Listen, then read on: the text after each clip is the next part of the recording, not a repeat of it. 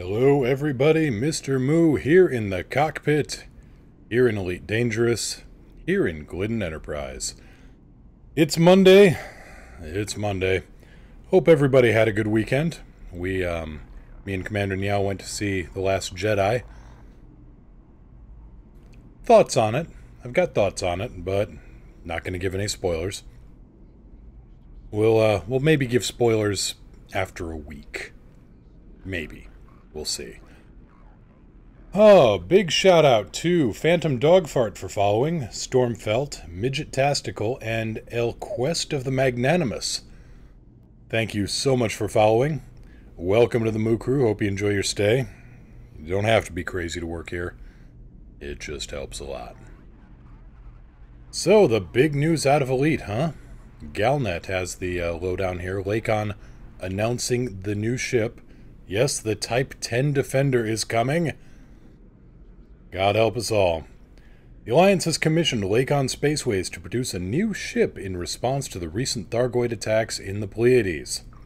The vessel, which has been named the Type 10 Defender, represents a comprehensive revision of the Type 9 Heavy. Lakon issued the following statement.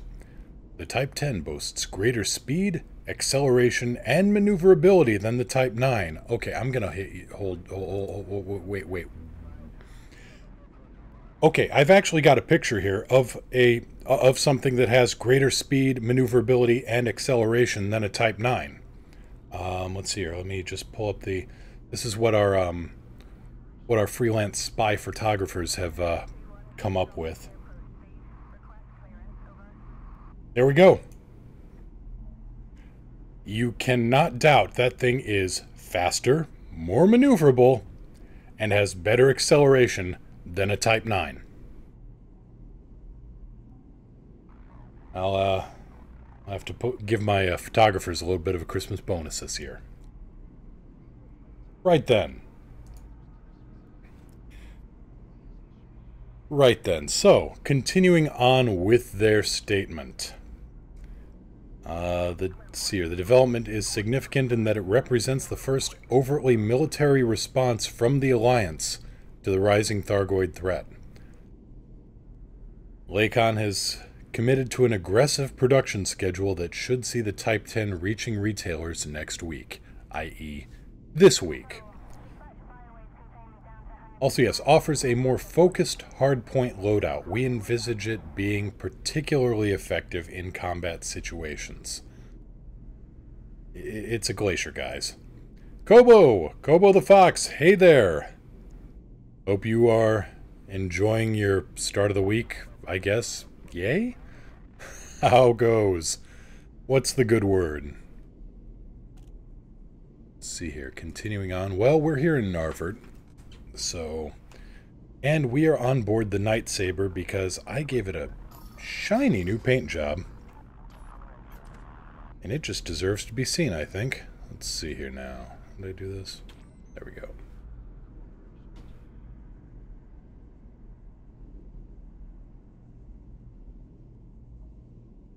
Yes, I decided it was time to buy one of the paint jobs, and you know, this thing looks really good in all silver. This thing looks really good. So we're going to be flying with that today, I think.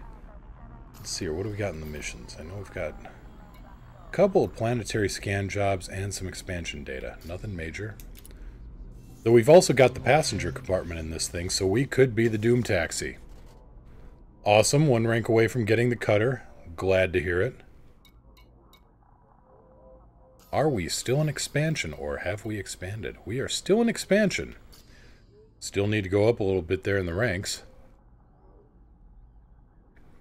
But yeah, I was just telling the future YouTube viewers about the announcement from Lakon. The Type 10 Defender. Which, yeah, I'm going to pull this joke out quite a bit, I think. But yeah, this thing, Lakon's press release says it is faster, has better acceleration, and is more maneuverable than the Type 9 Heavy. And here's what our spy photographers found. Yep. you cannot deny faster, better acceleration, and better maneuverability. Talk about damning with faint praise. Okay, let's see what we got here for 4 passenger missions on board the Doom Taxi.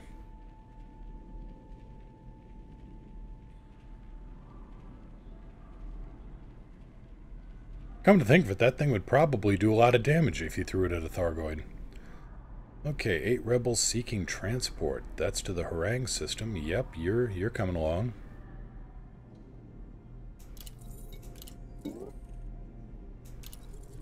Welcome aboard.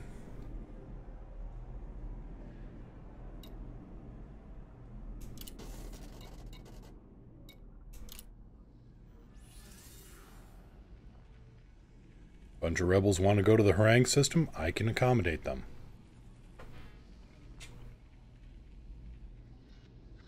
What else we need? Where's that courier data going?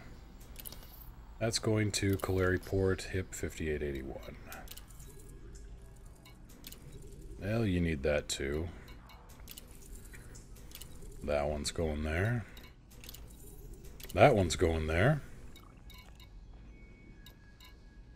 Alright, sounds good. I think we're all set. Things are good. Things are... How's everything with me? Things are... Things. Set 2-1. All power to engines. Nope, went to see The Last Jedi. And then we went to... Well, we didn't go so much as stayed in over the weekend and decided to rebuild the living room and kind of give ourselves a little bit of a home theater setup in the, you know, in the other spare room we had. You're up? Which isn't to say much. We're in a 2-bedroom apartment, and we decided to turn the other bedroom into something else.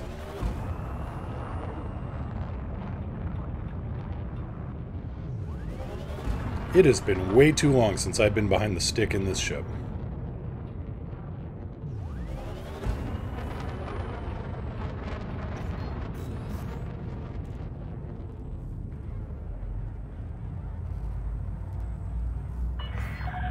All clear. Flight control signing off. This thing just dances.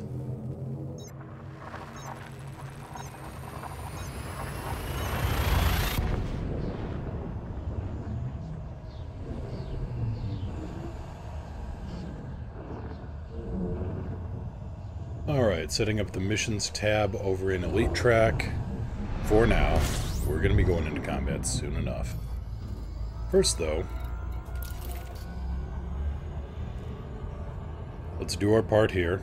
And hey, 2 million is not... Oh, was that 2 million or 2.7 million? Let's have a look.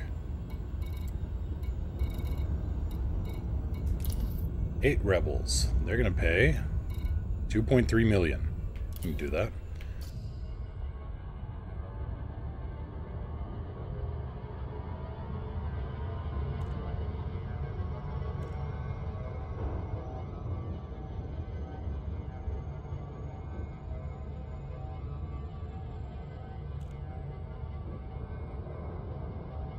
Yuki, of course, is absolutely miserable. She is in kitty hell for us having rearranged all of the furniture without her say-so.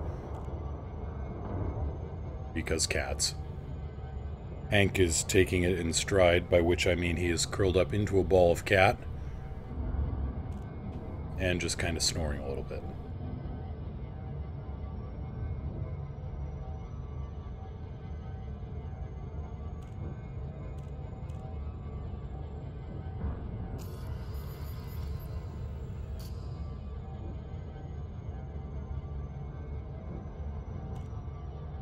I will say this. Before we watched The Last Jedi, we did a little bit of a marathon, just watching 4, 5, and 6, and 7. And I've got to say, there are a lot of good starfighter pilots. There are a lot of good starfighter pilots in the Star Wars universe. A lot of them were immortalized in the X-Wing Miniatures game. A lot of characters that maybe you didn't know about. Jake Farrell. You know, maybe you didn't know the history of Arvel Crinid. But, well, Kian Farlander in the B-Wing.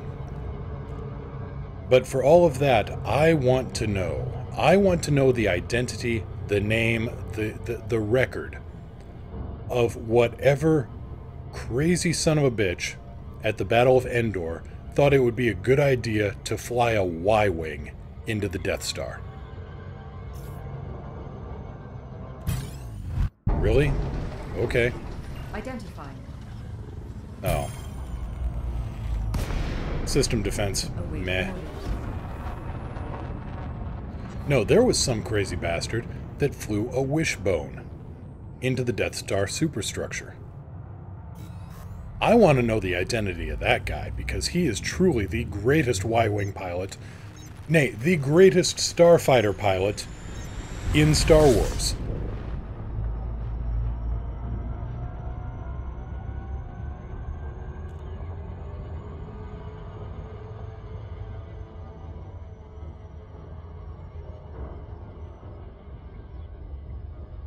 And if anybody here plays the X-Wing Miniatures game and reads the Such an X-Wing Hipster blog, some pretty good jokes in there lately.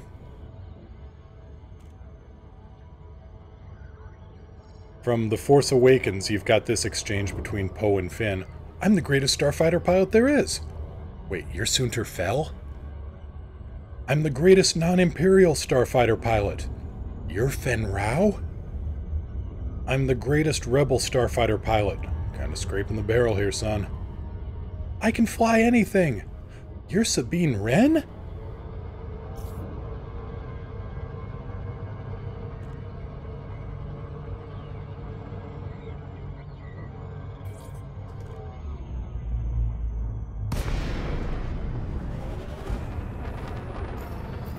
Alright, let's get to docking here. Zorgan Peterson, Kilo, Yankee, Lima. You may access this station by submitting a prior request. Your cat has decided to run around all Set day. course for landing pad 08. Of course, because cats. Gear down. Deploying landing gear.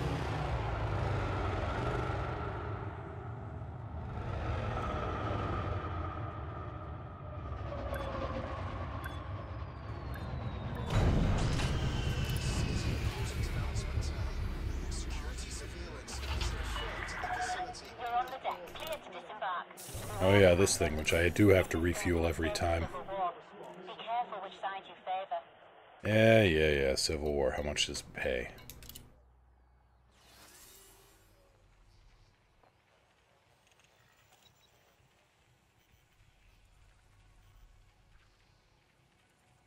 Man, I'm gonna have to spend a boatload of cash to bring my ships back to Narvert so I can get them properly outfitted. Oh well. Star pilot problems.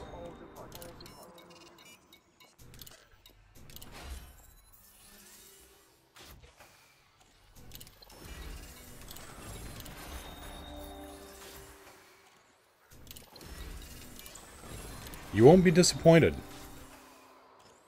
At least I wasn't disappointed. I thought it was a pretty damn good movie. Yeah, there were parts there that I might have thoughts about, but not the place to discuss them. Yet. Donate to prevent a medical emergency, but I'm already allied with you.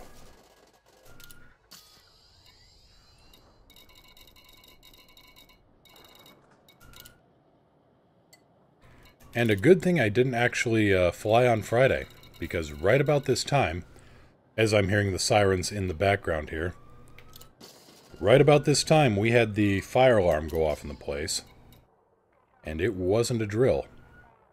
Well, it was a false alarm, but it wasn't a fire drill. Okay, scan job. Where's that at? Longer with Terry. Let's go to Harang first. You're up. Gear coming up. Regulate your speed until free of station perimeter.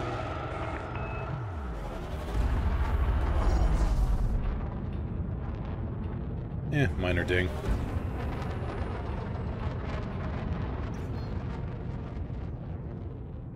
Yeah, that's... There's a great YouTube channel, Ghost Giraffe, that has a series called Space Tourism. And it... Mars... Is it Mars, Europe, and, Sparks.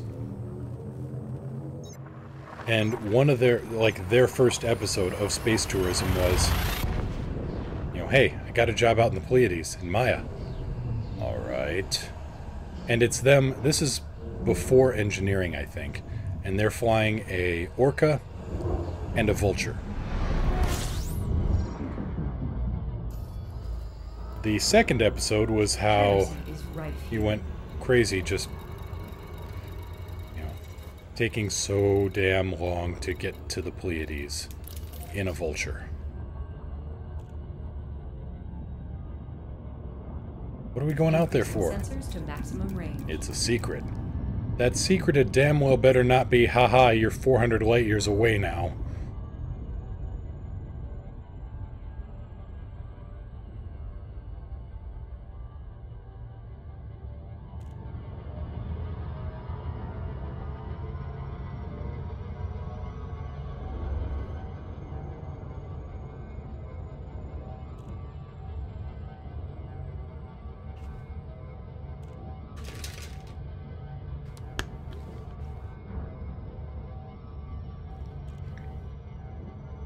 I bring it up before, but flying out to...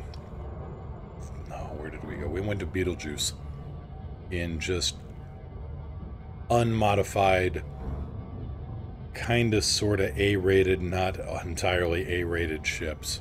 And that took forever and a day.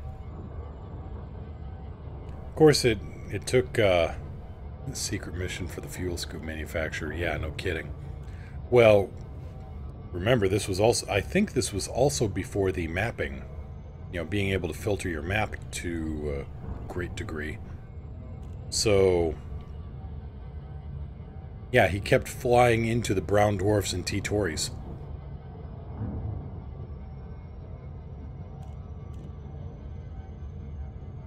But yeah, Ghost Giraffe.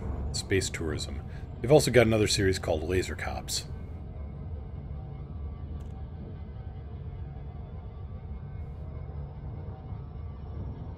Because being cops in the Elite Universe is like the easiest job in the world.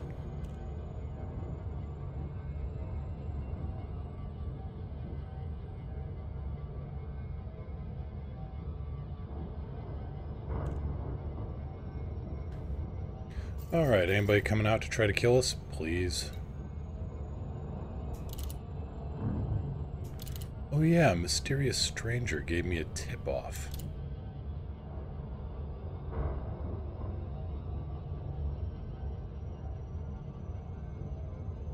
Naguna 1. Where in the hell is that? Obviously it's in the Naguna system. It's not far. 71 light years. Well, it's more than this thing can go.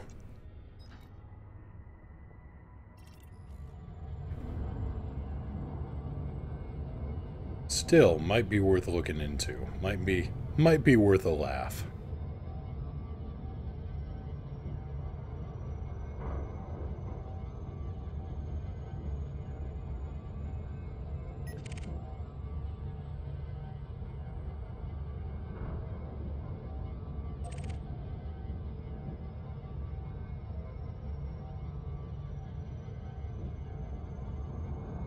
Yep.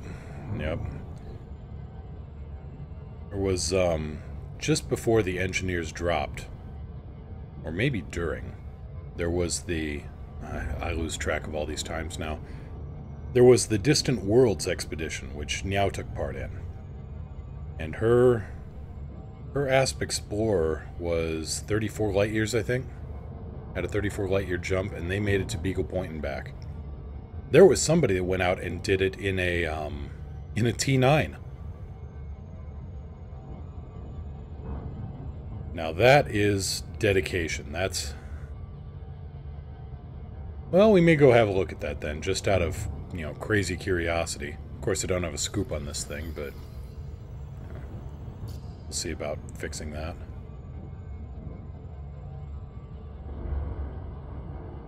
So yeah, she made it out there in a 34 light-year ship. That was the recommended jump range, or that was the recommended minimum jump range. Of course, now with engineering, I get nearly double that. It's been a game changer, and people are still complaining that it takes too long to go anywhere. Come on, what more do you want? I am in a fer-de-lance here that can go almost 20 light years. What a time to be alive.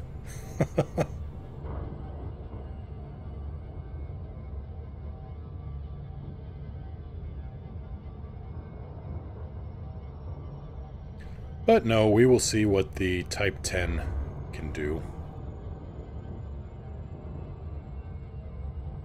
I need to go... Actually, let's go look up the specs right now.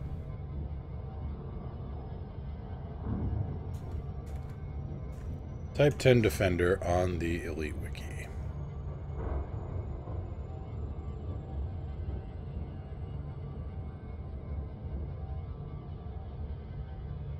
Okay, costs 124 million. Top speed is 179.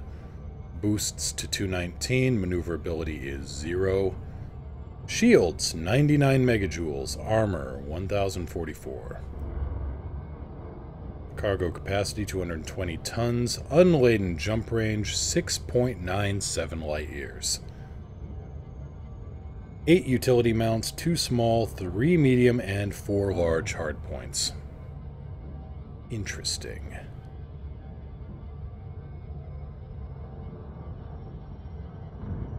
That shield rating is a little... It's a little worrying, but I guess versus the bugs, shields are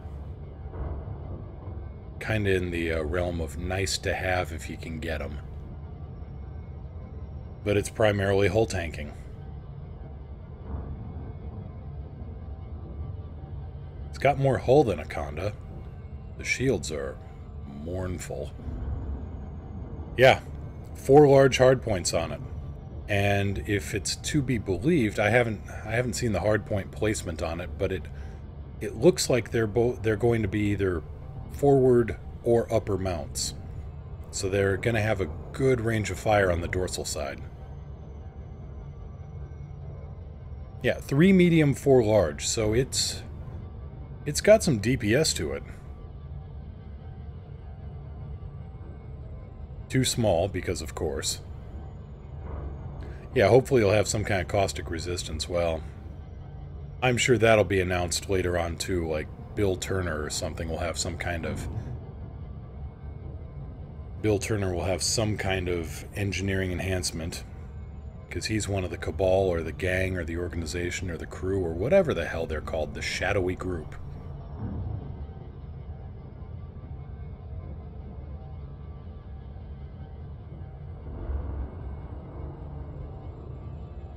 I know they're planning for something because, yeah, our ship's status mentions... It's permits. Here we go. Yeah, it mentions caustic resistance.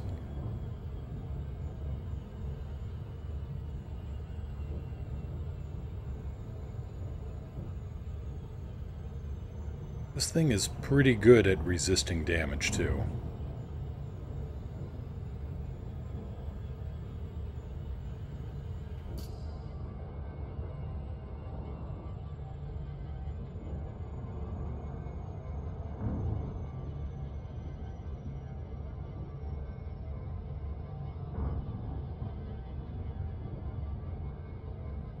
Oh, yeah. Then again, small ships are usually pretty much deleted in any bounty hunting area already. I mean, this thing only has 4 medium. Okay, and a huge. But this thing is built to pretty much delete anything up to and including Anaconda-sized ships.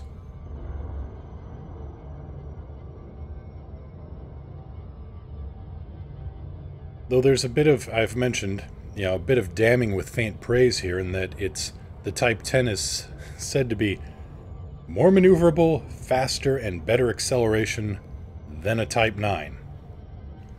Big deal. So is one of these.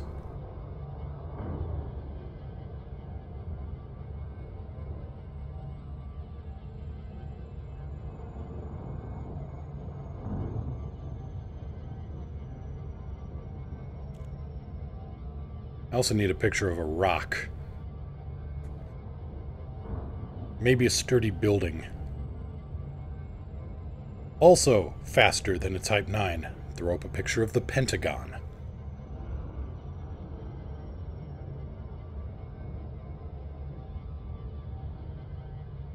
I mean, there's a vast universe of things that are faster than a Type 9. Hello, High Flyer! Well, thank you very much. Hope I can keep up the good entertainment. Crashing into things at high speed while screaming is entertainment, right? No, you don't need any kind of rank with the feds to get a Fer-de-Lance. It's totally open. It's not a federal ship. It's on the open market. You can just buy one outright. Walk up to the dealer and say, "I would like a flying gun platform, please." And they will say, "Do you have money?" And you will say, "Yes, sir, for I am made of money and meat." And they will say, "Here is your Fer-de-Lance." It has no range. And then you will be sad. But it's got some great real space thrusters. Now, the Federal Assault Ship, the only things you need Federal rank for are things that have Federal in the name. Federal Dropship, Federal Assault Ship, Federal Gunship, and Federal Corvette.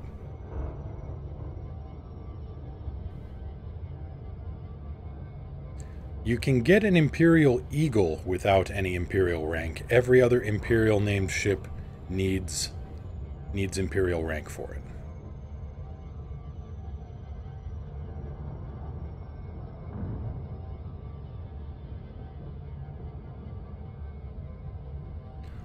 Let's see here. Fer-de-Lance, let me check real quick. Coriolis.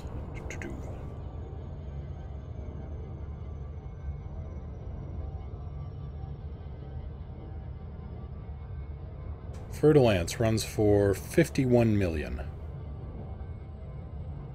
Federal Dropship runs for 14.3.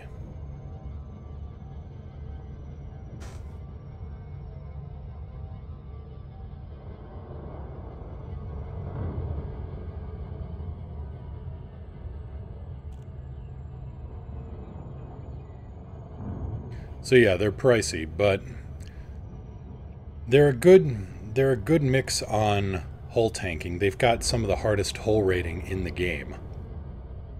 Yeah, oof is a good way to put it.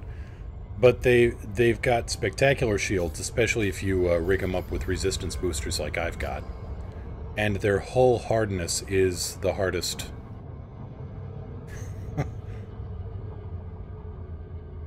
Oh, your support is... It warms my heart, Kobo. But yeah, there is... If you go to Coriolis or Coriolis.edcd.io, I think. Double check on that. I've got it right here. Yeah, Coriolis.edcd.io. You can get all the specs on ships, as well as their hull hardness rating. And what I mean by that is the hardness on a, let's call it a, let's slow down here for a moment so I don't go zooming past, and I can give a quick lesson on this. Let's see, armor, speed, boost, hard points, agility, hardness. Okay, an adder has a hull hardness of 35. Now there are certain weapons out there that have, say, let's go with a Class 4 pulse laser. It has an armor piercing of 65. Well, that means that an adder's hull is not going to do a thing to stop it. But if you have a hull hardness of 70, it actually manages to diminish some of the damage that that laser would do. You basically take the... What is it? The armor piercing of the weapon, and you divide it by the hull hardness rating. So if you've got a weapon that does, say, 35 armor piercing, and you've got a fer-de-lance with 70 hardness, it's only going to do half damage.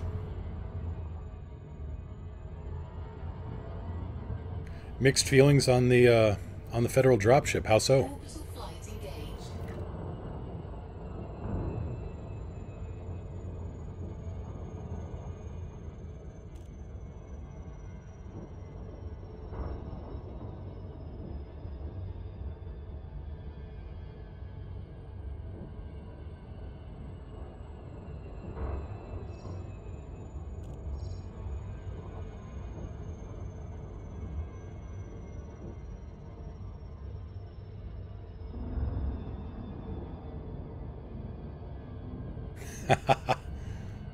Well, it's not so hard. I mean, it's just one division thing, and I'm sure everybody's calculator has a divide button.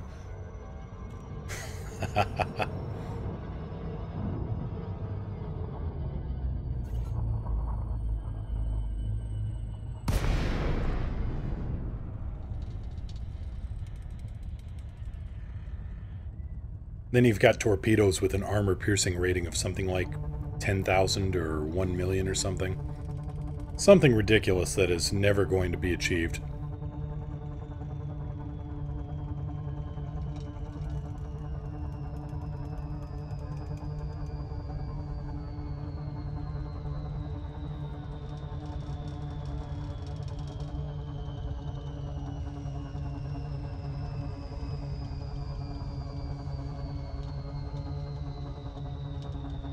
But if you want to make money for a fer-de-lance or something, I would suggest doing passenger missions.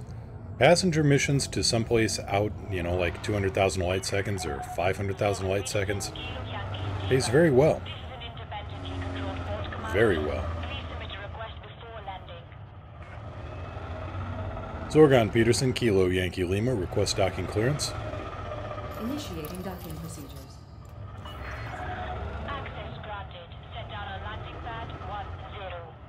I mean, I've only got a Class 4 economy passenger cabin in here. I can only carry 8 people. Gear down. Down and locked. But I'm going to make 2.3 million off of this. So if you can stack up the passenger missions all heading out to one place like this...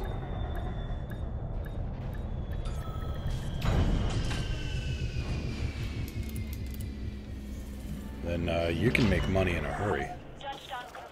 It's how I was able to get my clean slate pilot from... It's how I was able to get my clean slate pilot from something like... I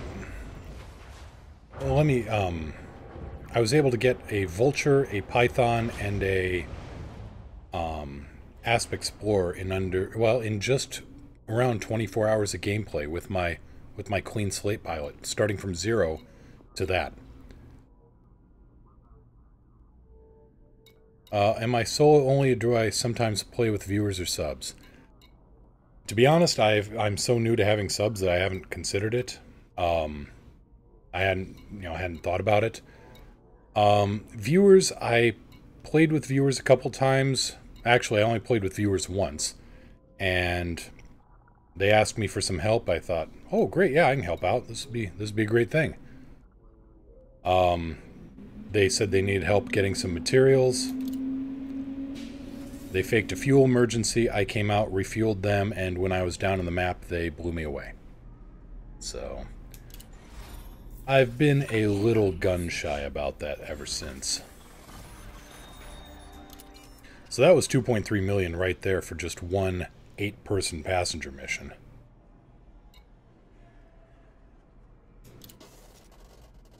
Did I get any cargo out of that? Nope. Alright. Moving on.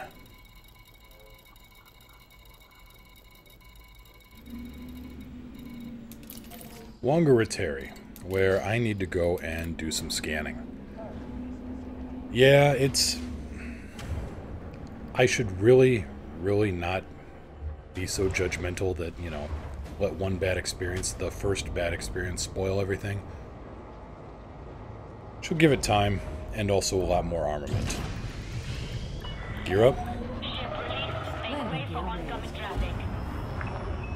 Oh, hey, I'm perfectly lined up. If I can get clear of the gravity well here. Thread the needle.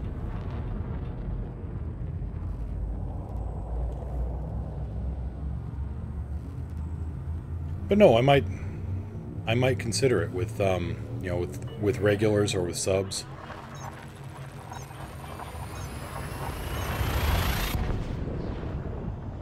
I shall give it more thought.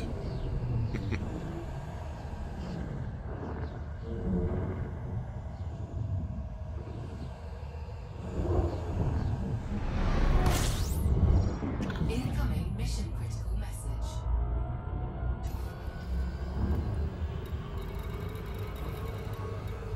Longaritary 6C.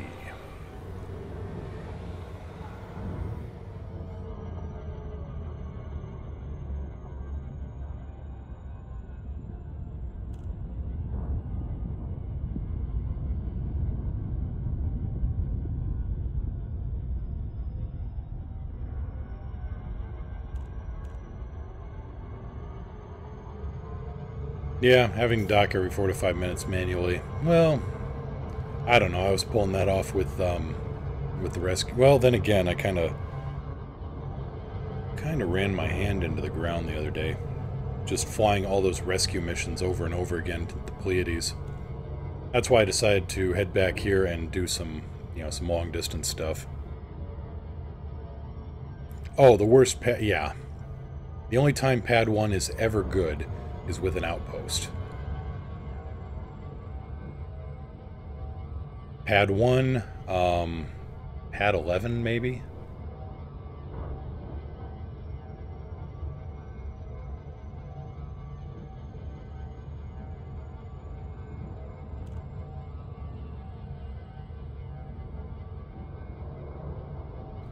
So your dropship to extraction site, bounty hunting, really slow in turning, maneuverability.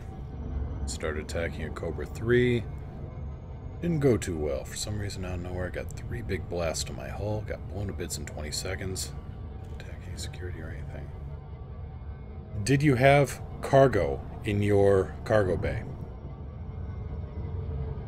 Because it's possible if you have cargo in your cargo bay, somebody can come along and, you know, it could be anything. It could be 4 tons of bio waste.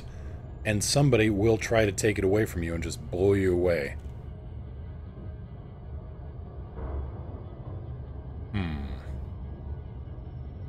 Well, you may have pissed off the locals a little bit.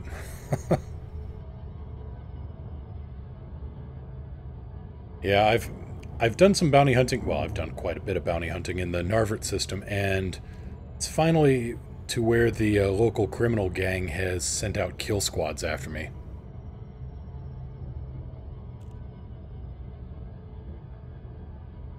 Which, you know, is fine, more profit, but...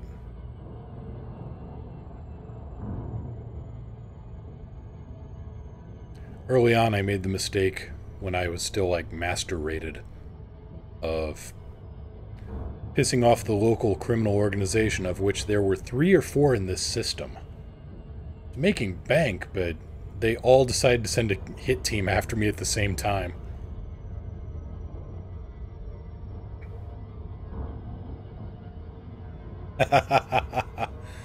Yeah, ain't that the truth?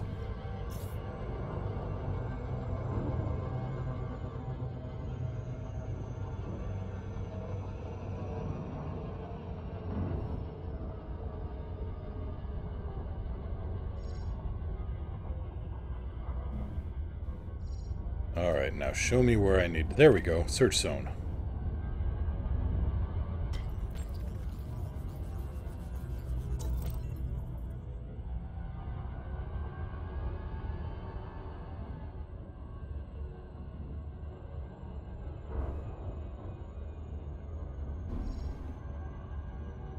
The Sothis and Seos fertilizer runs are also really profitable, unless they've nerfed that again. Of course, that means you also have to fly to Sothis. And back.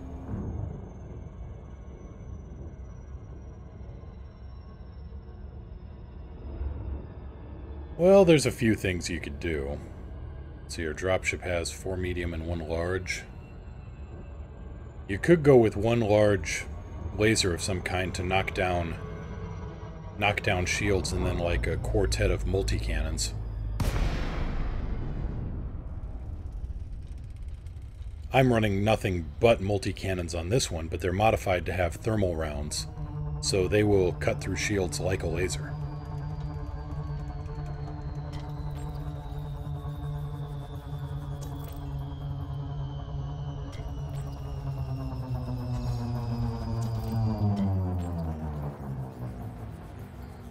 Alright, follow the bouncing ball.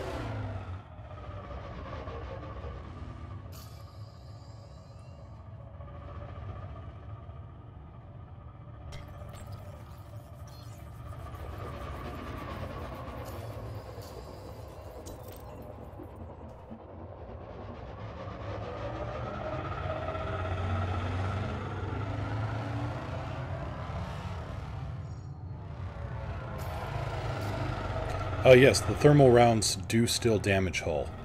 Gear down. Landing gear deployed.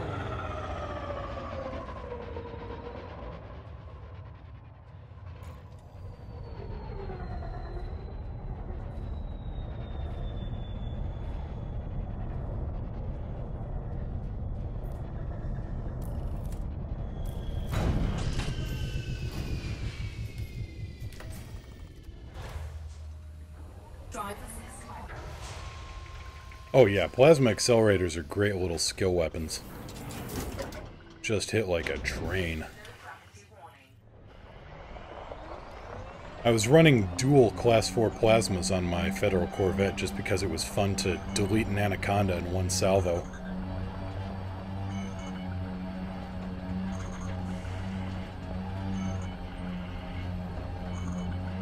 Okay, and nothing.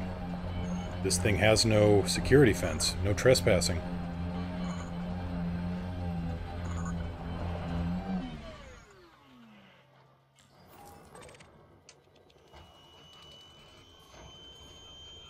Oh, they eat power like crazy, yeah. Data storage full? Well, son of a motherless goat. Anything I can get rid of here? Regular emission data. There we go.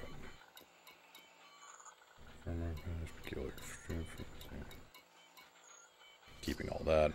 Alright, well. We got our data, let's go back to Narvert. Where there's another scan job to be had.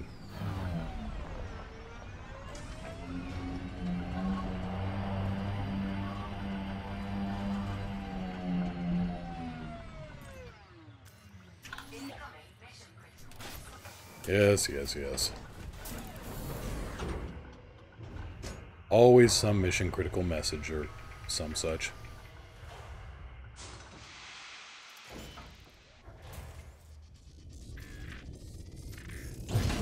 Gear up. Retracting landing gear.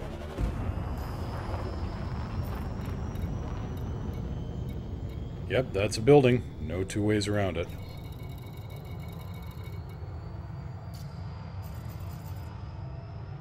Collect reward, scan complete. Right, next system.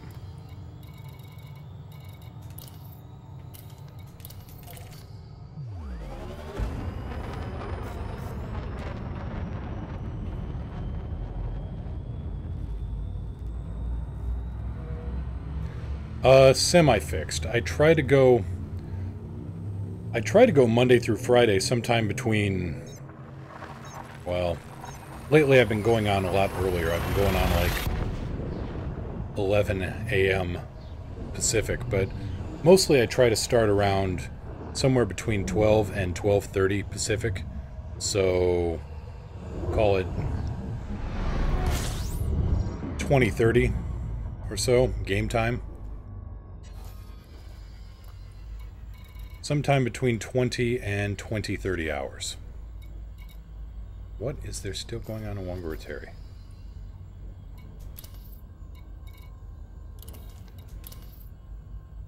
Another one. At Wongards Area 6C, yes, I just did that. I got 3 days to do it. Go back another time.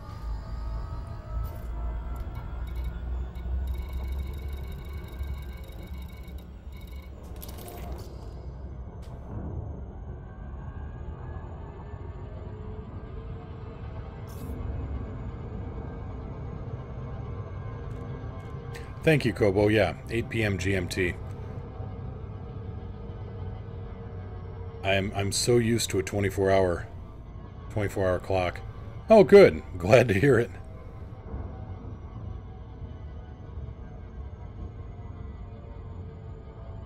All right. Anybody fun coming to get me?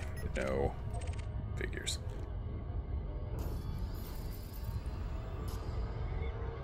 You know what? Let's take a detour.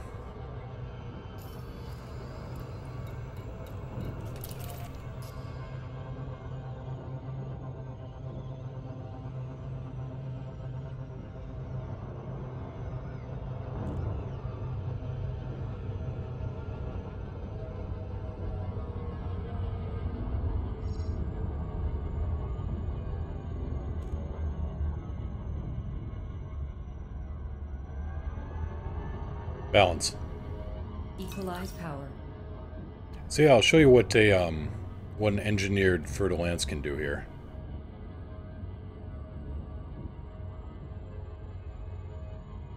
Behold the power of obsessive grinding.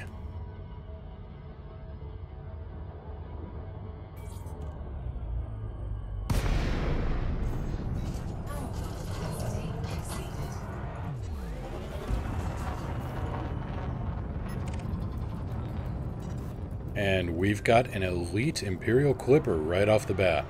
In a wing of 3. Hey, buddy. Engineered the kill warrant scanner for speed.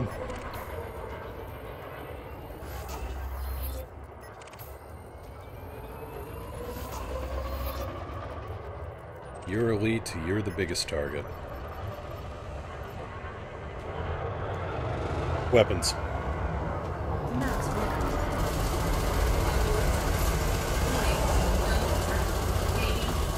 Split 1-3. Diverting power to replacement system.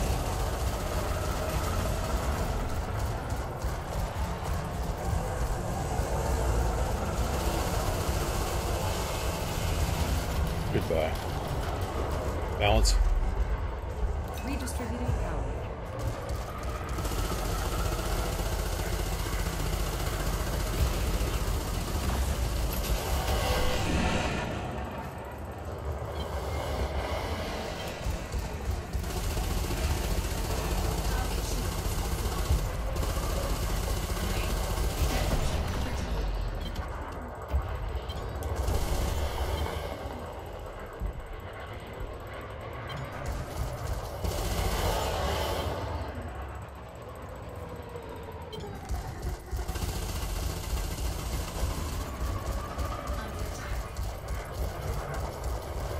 Huh. Shield boosters.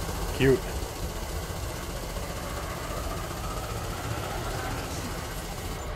Warning. It does run a little hot. It's one thing to keep in mind.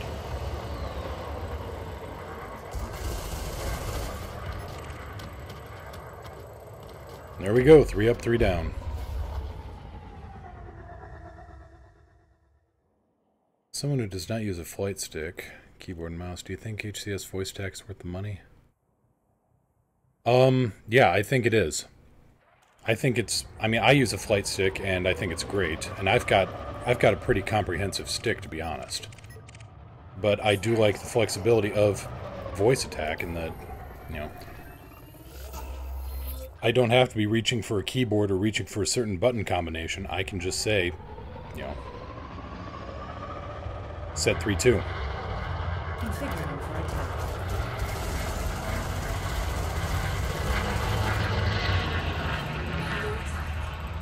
Nope, nope, nope, nope.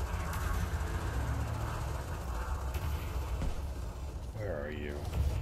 There you are.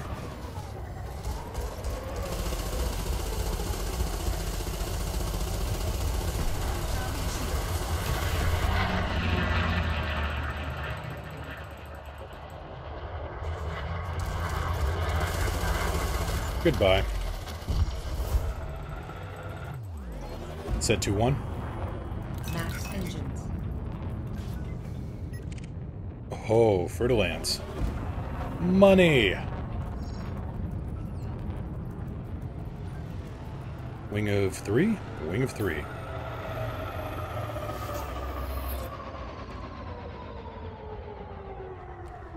Shield boosters, I've got... Let's see here. One of my utility mounts is the kill warrant scanner. The other one is a shield booster, a heavy-duty shield booster, a thermal resistant shield booster, and then the rest are resistance augments. Balance. Equalizing now.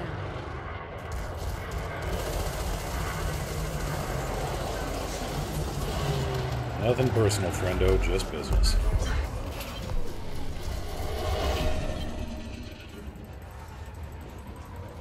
Shields. Powering systems. Need a little bit more shield boost against the Fertilance. A little bit.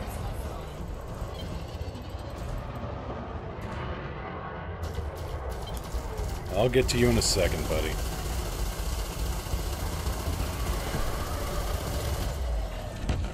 Okay, now it's your turn.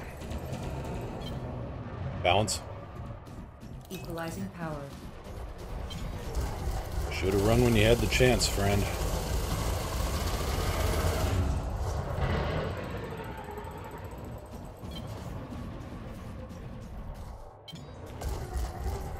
Set 1-3. Reinforcing shield.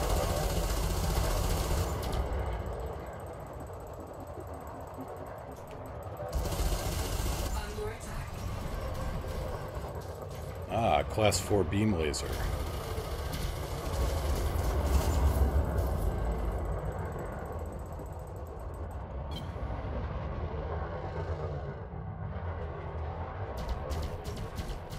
And turreted pulse lasers.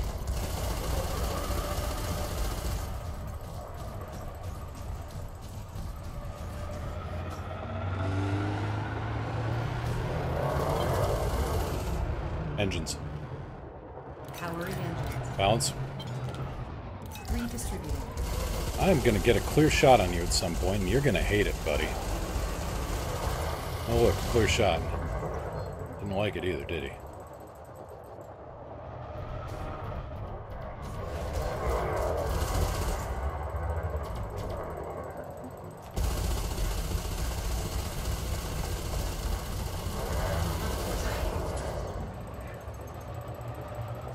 Weapons. Configuring for attack. Should I take that back? Nah, get up here.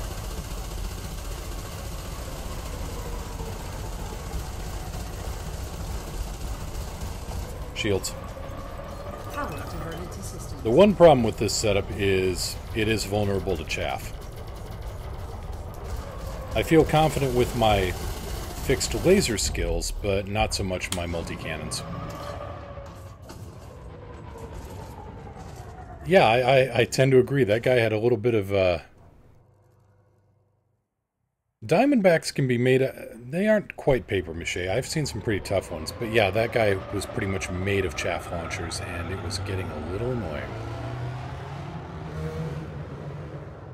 Okay, so since we're running a little thin on shields... Let's kill the throttle. Set 2-1. Diverting power to requested system. Diagnostic repair. This will get the shields back up to 50% in a hurry.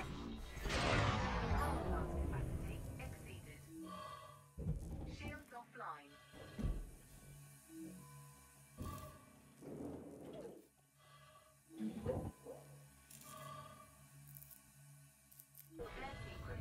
Ship online. There we go. Online.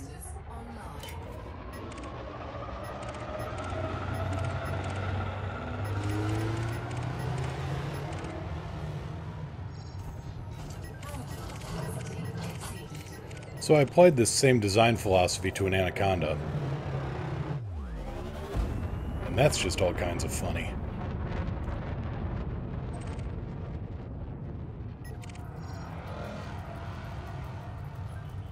The Hellbound Hate.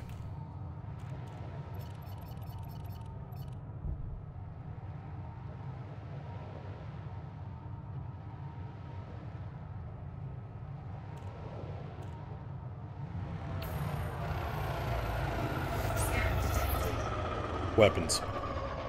Let me see what you're carrying. Well, I'm carrying enough firepower to turn you into titanium smoothies. Suddenly Cobra.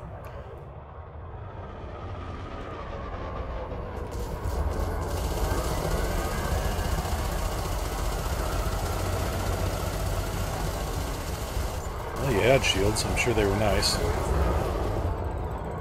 Balance. Equalizing now.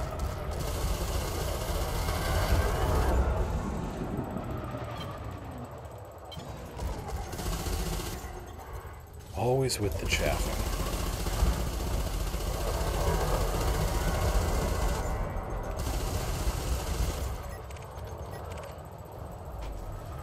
Under attack.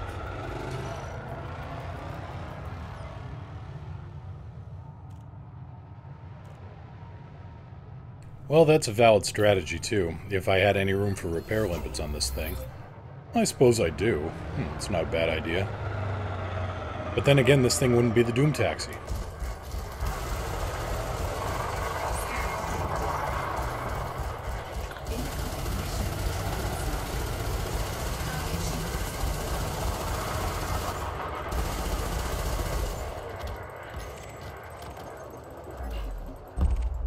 Target destroyed. Now, where's some other fun at?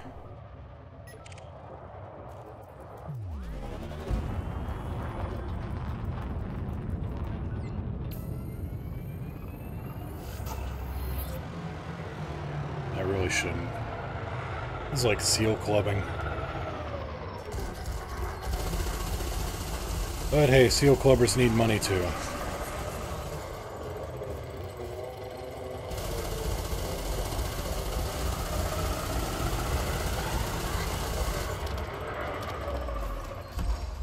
Target destroyed. Naming my eventual FDL the Doom Taxi. It's nice. I can stick a pair of Class 4 passenger accommodations in, and then I can make a whole ton of money. It's not as silly as it seems on the surface. I mean, a Pirate Adder, it has the same weapons configuration as an Imperial Eagle. And it carries a damn sight more cargo, I can tell you that. And it's even got a multi-crew slot, so you can get extra power. Which, it's an Adder. You'll need that.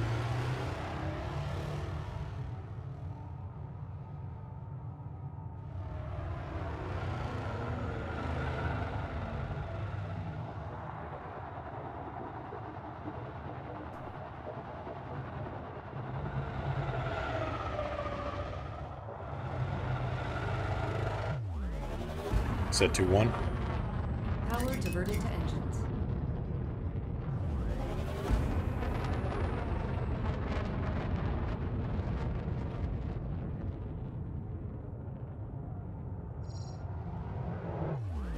Did I see laser fire over here? Oh, I saw some right here. It's a Federal gunship.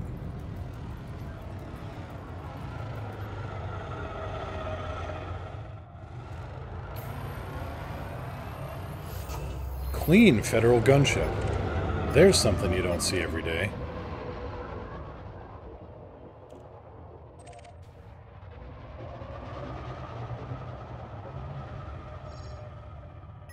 Then again, they do make a hell of a mining ship.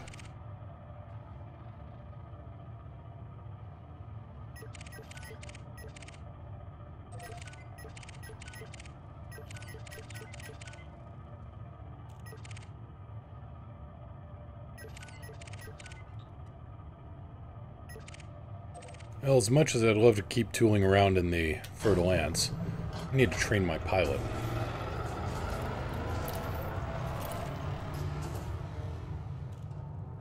That's true. That's very true. Gunships need to make a living, and they make a pretty good one as mining ships.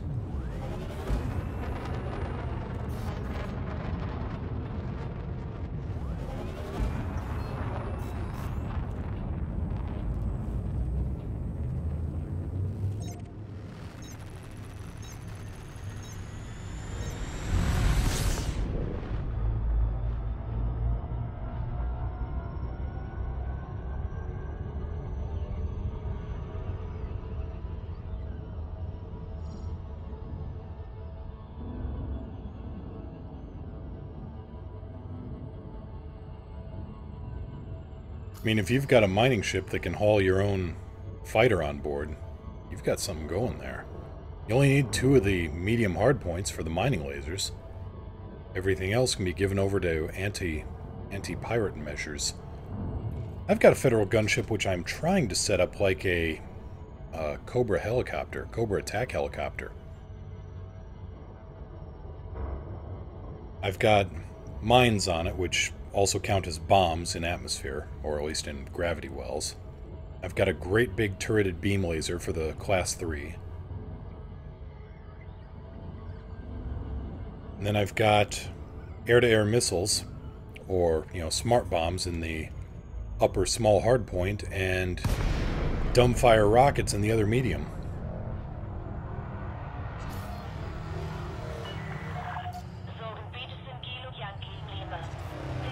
Oh yeah, it's absolutely amazing being able to zoom past the rings in Super Cruise.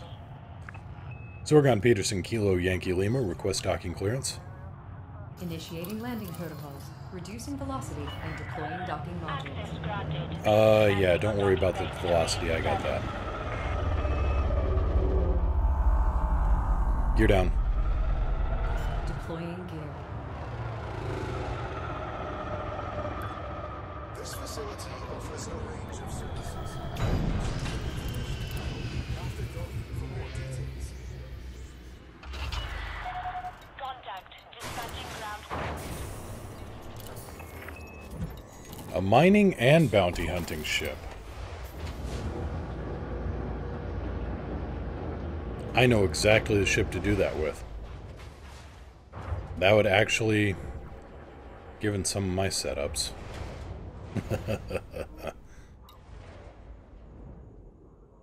Let's see here now. I mean, it wouldn't be the be-all, end-all of mining ships. It'd be pretty distracted, but I could do something with a Conda. Obviously with a Conda. Let's try something smaller. The smallest mining / bounty hunting ship I can think of would be the Python or the Federal gunship. The Python because of the triple large hardpoints, and the gunship because of the fighter on board.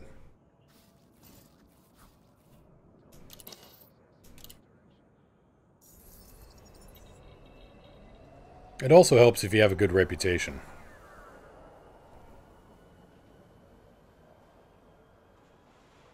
Oh, really? Well, yeah, okay, D-grade ASP, that's a little, yeah. Okay, let's turn in this mission first.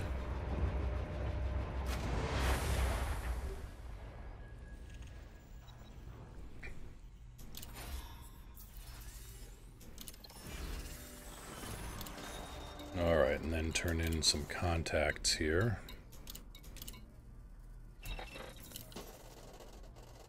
Go to the crew lounge, and Pamela, you are up.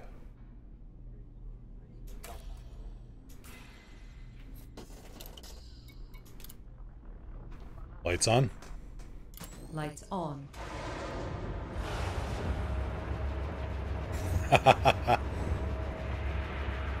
Well, congratulations, you've been able to drift race a refrigerator. Not many people can say that.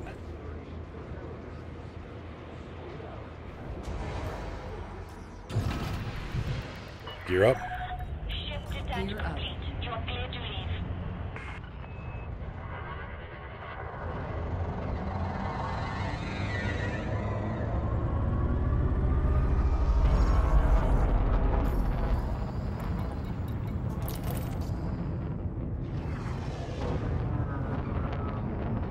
So that same design philosophy I had on the Fer-de-Lance, I have moved over to this ship. I think I've got a couple of small beam lasers, just for, you know, in the turrets. But everything else is a multi-cannon.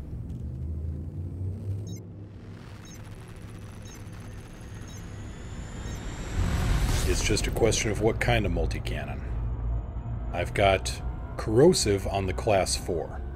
These are all grade 5 overcharged. The Class 4 is corrosive. The Class 2s and 3s are thermal.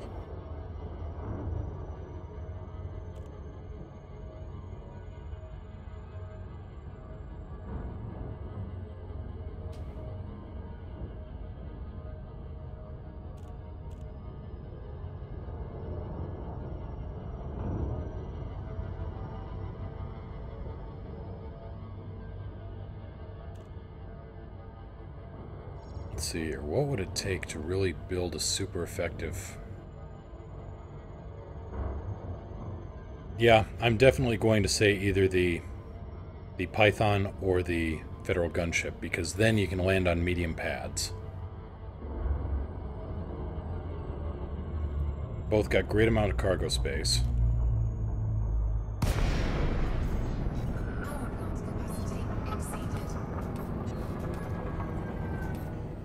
Okay, Pam, you're up. Wilco, Commander. Let's deploy this fighter. A Federal gunship named Worry. Fighter is ready. Just tell me what to do. Clean. Python named Torment. I'm betting you're a pirate. I'm just gonna take a wild guess. Balance. Redistributing. Yep. Attack my target. Weapons free. Copy. Enemy sighted. Moving to engage.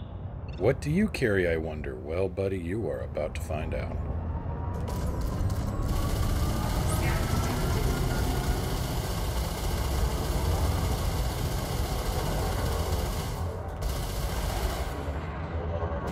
There, now you know what I'm carrying.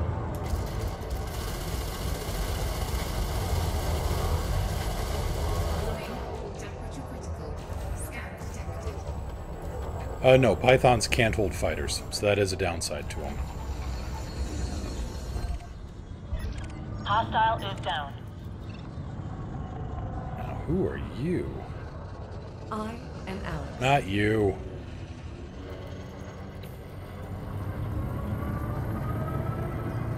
Attack my target. Weapons free. Copy. Enemy sighted. Moving to engage.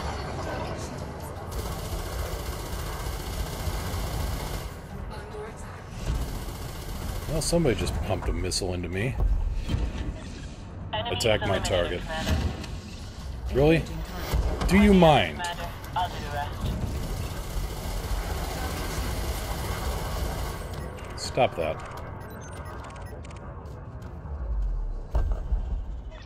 Hostile is down.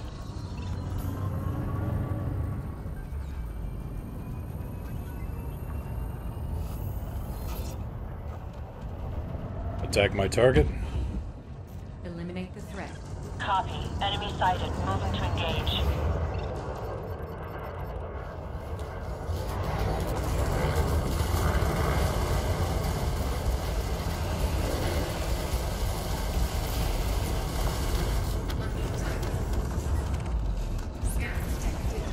Target destroyed. Where are you? Searching for There further you are. contact.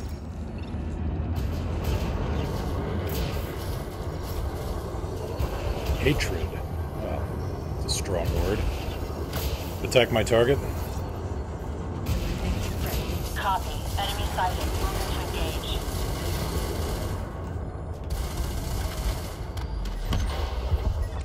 Hostile is down. Anybody Nothing else? else showing up on my scanner, Commander. All targets destroyed.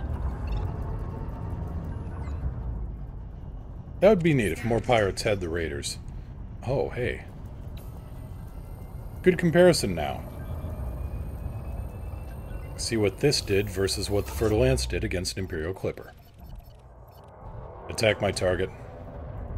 Engaging target. I hear you loud and clear. Moving to attack position.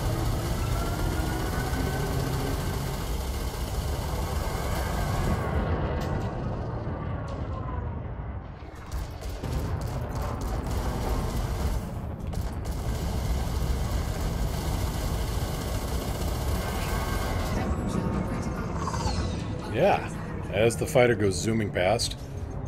At Mach, oh my god. And the beam lasers finish him off. Like a punk. Now, who is this? This is... Hostile is down. a Diamondback scout that is actually giving this Python a run for his money. Speaking of money, I want some.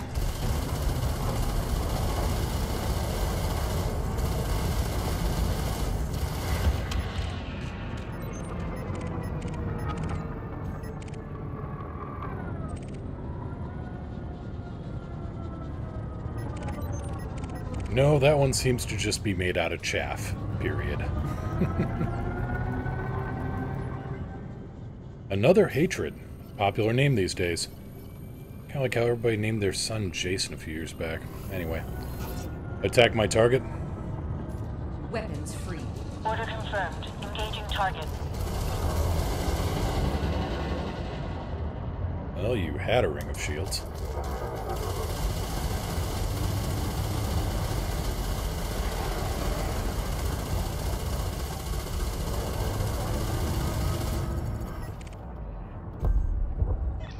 Target destroyed. Searching for further contacts. Attack my target. Weapons free. Order Engage the confirmed. target. Engaging target.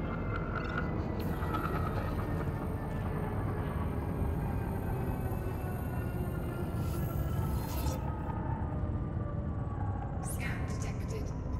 Let me see what you have. I'm gonna boil you up.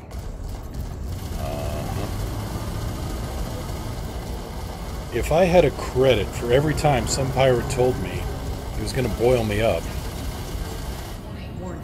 Oh, wait. Huh, I do!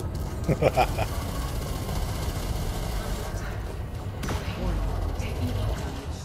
Warning. Impulse attack. Trajectory disruption. Uh-huh.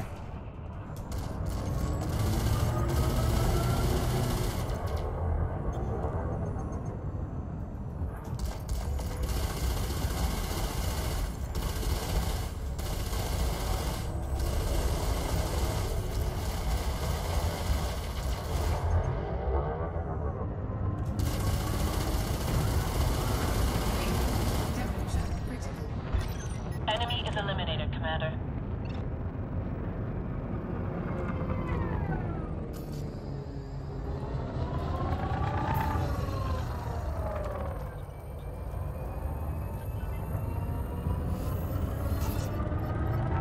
Attack my target. Weapons free.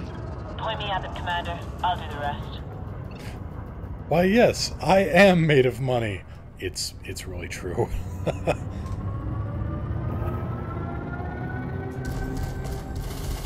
No, we don't want those shields back up.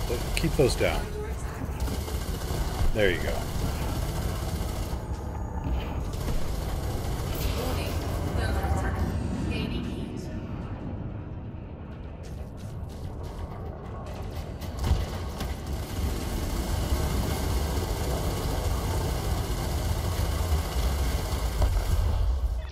Hostile is down. Scan detected. The Black Chaos. Well, I'm sure that's the name of a wholesome mining vessel.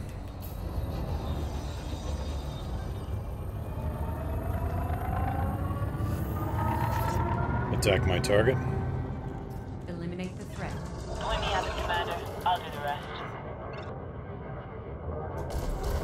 Damn, she nearly wiped out his shields in the first pass.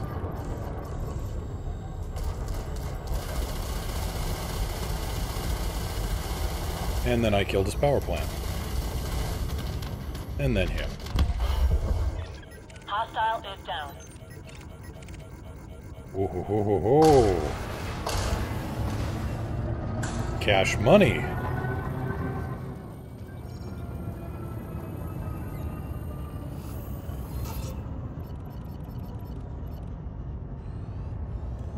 Attack my target. Weapons free. I hear you loud and clear. Moving to attack position.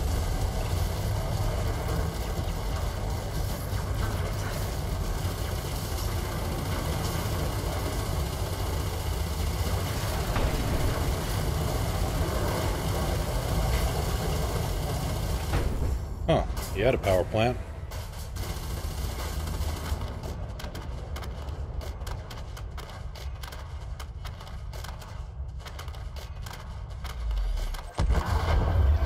Hostile is down. Thank you, come again.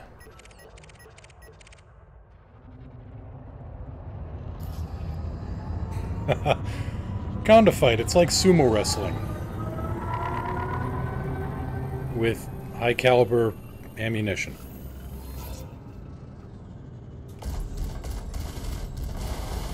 Under attack.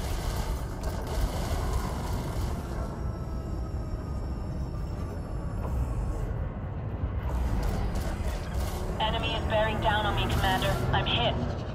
Well, hit him back. You got guns. Do something with them.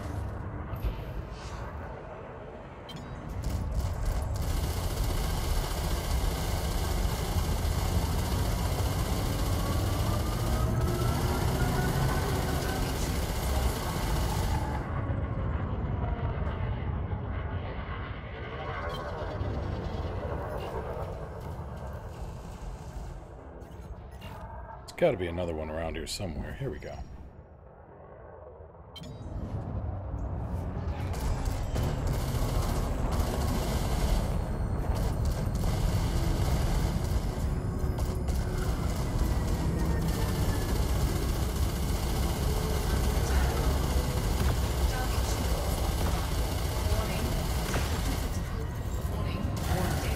Just pull this guy up already. Thank you. Next.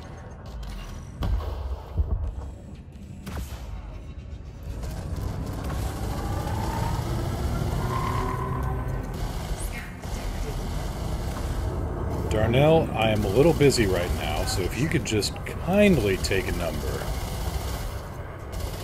If you've got a problem with me, just say it, Commander. I don't appreciate being shot at. Bitch, bitch, bitch.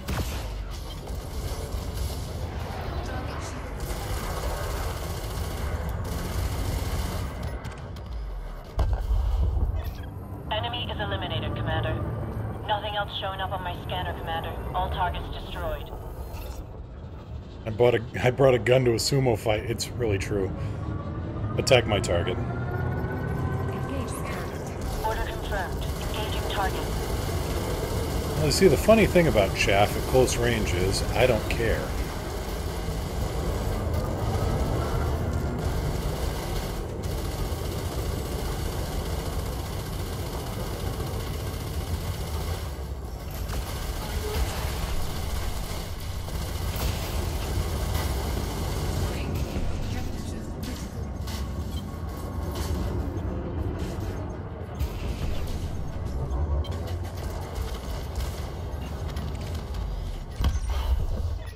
Enemy is eliminated, Commander.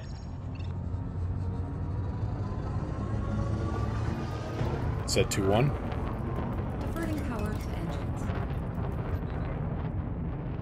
Well, maybe this one will be a little less anticlimactic.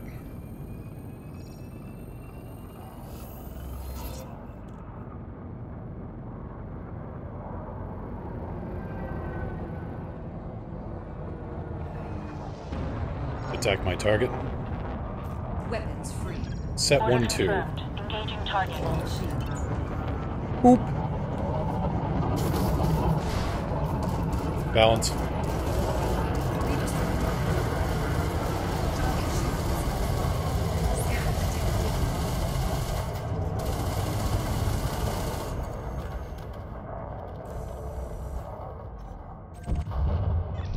Enemy is eliminated, Commander. Nose boop with a conda.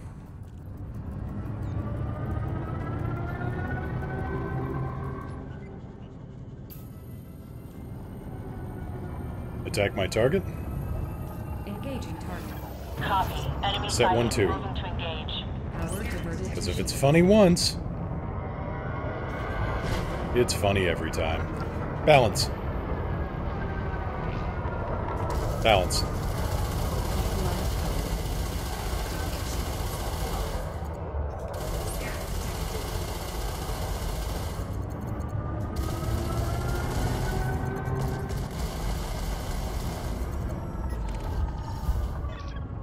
Enemy is eliminated, Commander.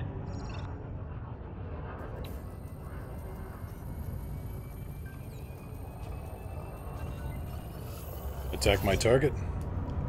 Weapons free. So I'm leveling Copy. up my Enemy AI pilot pilot moving right to now. engage. Because I need that for my anti-Thargoid stuff.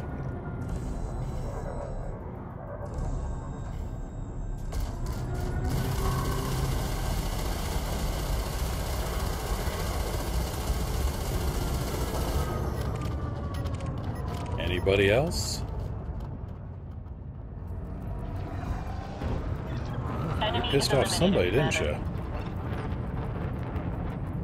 Andrew Jackson Slipstick Libby. Target shields offline. There's a name in there somewhere. There's a story in that name. Attack my target. Eliminate the threat. Copy. Enemy sighted. Moving to engage.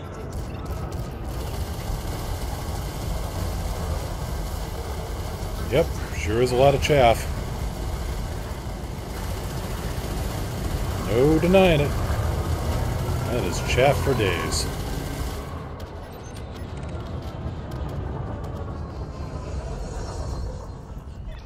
Enemy is eliminated, Commander. Now who's going after you?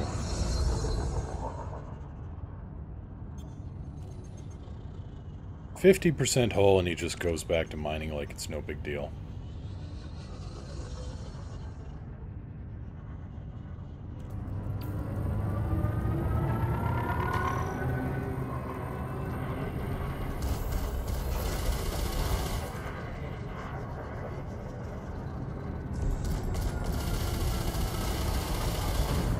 Attack my target. Couple of light fights in the distance, that's interesting.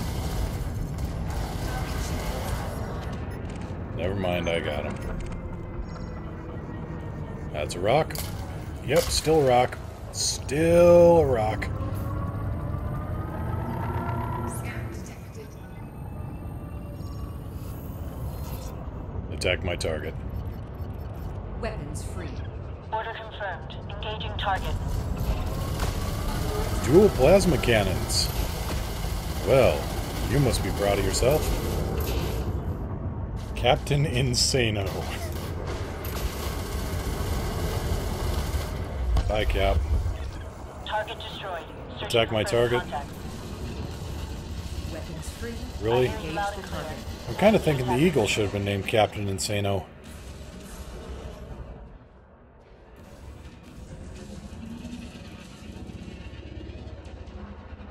Get back here, you.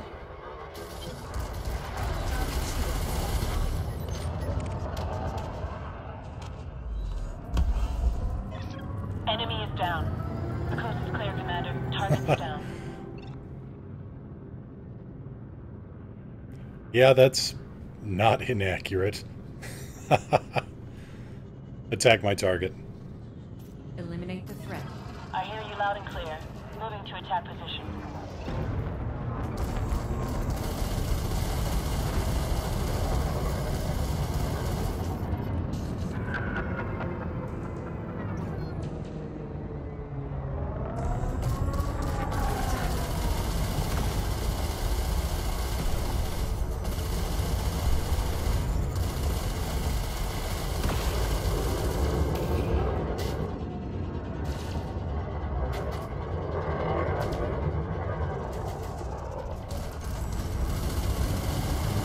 Nope, go away.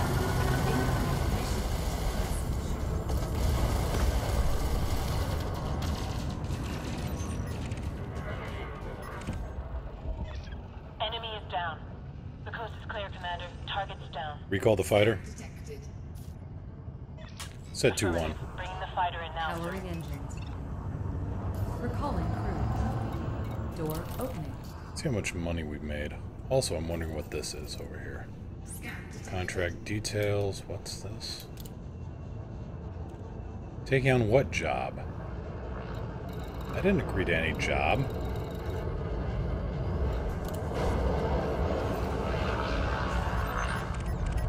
Alright, who's the flying dead man that just did that? Fighter fighter on board. Finalizing retrieval process. Power plant capacity exceeded.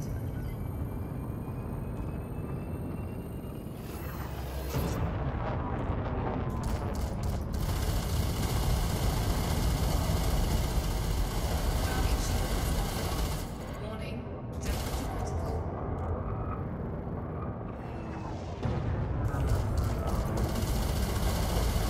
Warning. Taking heat damage. Warning. Now then, where were we? Engines. All power to engines.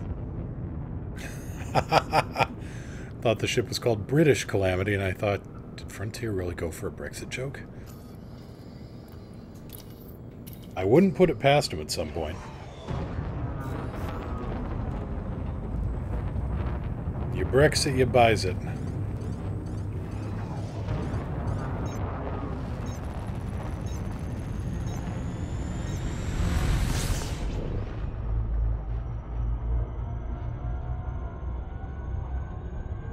So yeah, if we took off the medium multi-cannons on this thing, stuck in some cargo bays, limpet controllers, and at least, well, and a Class 4 refinery, you could get a decent mining ship out of this thing. Actually, probably like the mining ship of the apocalypse, but, you know. That depends on whose shelf you're getting the off-the-shelf parts from.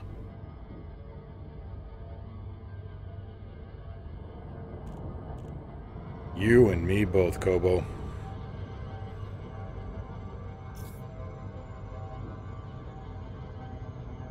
But yeah, depending on whose shelf you get the off-the-shelf parts from, you could probably build just about anything. I mean, you could... Yeah, this would be a good mining bounty hunter.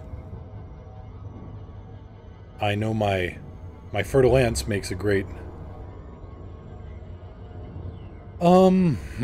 that's a good question. Mining is... It's very zen.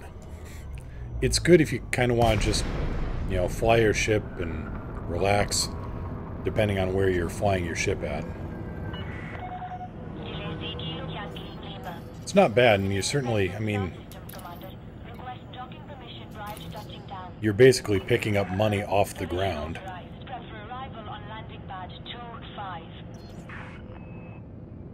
It's not glamorous, but it does provide.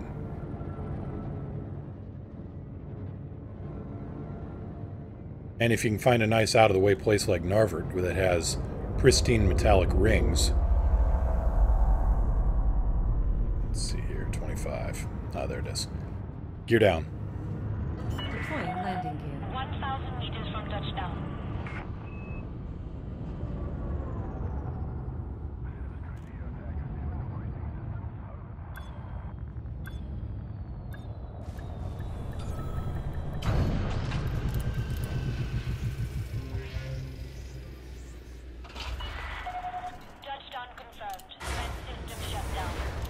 Oh yeah, you do have to mine to unlock that one engineer. So I spent 7,600 credits on ammunition. What's the return on investment there? 2 million. I'd call that a good investment.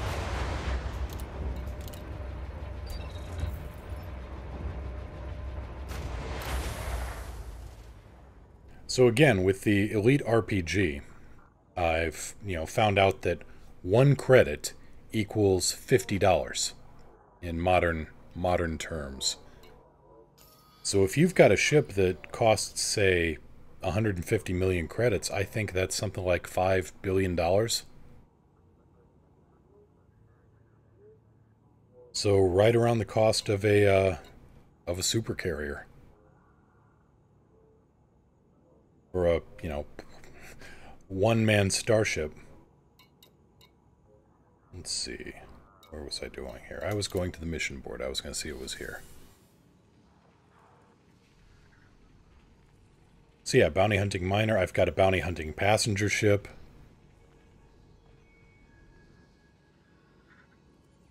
Let's see here. Expansion data couriering needed. 5881. Support expansion by destroying Narvert Purple Power Solutions sentry skimmers. Where's that at? Liberty Base. 8 sentry skimmers.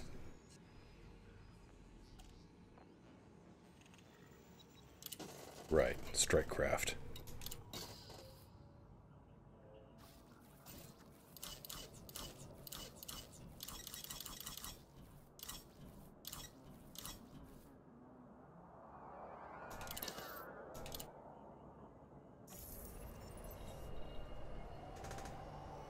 Need something to take down skimmers? Well, this ought to be good for a laugh. And just in case, I've also got something for taking out.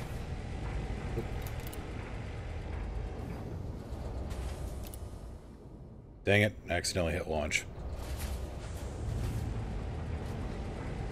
Alright, well, we're zooming around and back. Just in case I need to get out and hunt down the skimmers, I've got an SRV in this thing.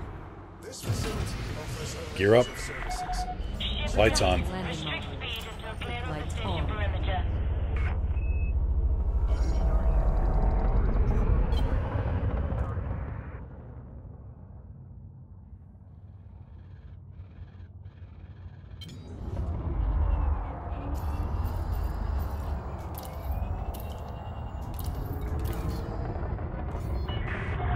Request approved. Set down on landing pad 04. You want to not be in my... Monday morning rush hour, drivers. Gear down. Gear down. Right, so this time let's leave the station after we take the mission. I've heard you can make more money that way.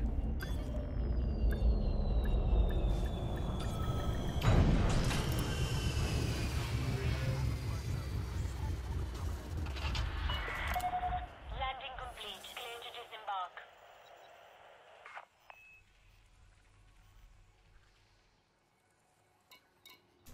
$3.7 million for 8 skimmers.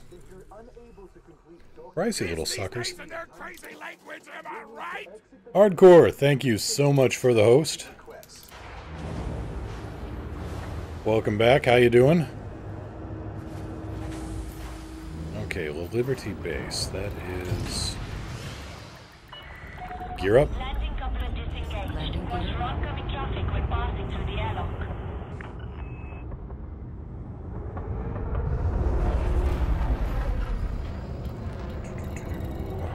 We are.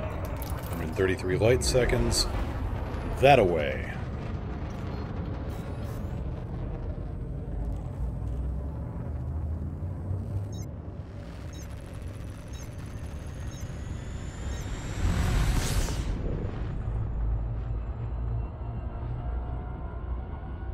Yep, Viper 4.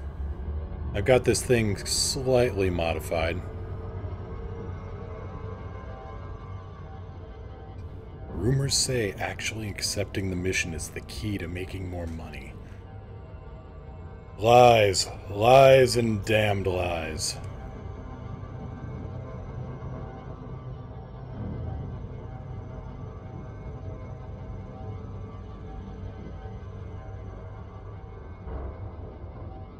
I also hear that clawing and kicking and screaming your way out of a gravity well is a good place to get somewhere in a hurry, but we haven't found any proof of that yet.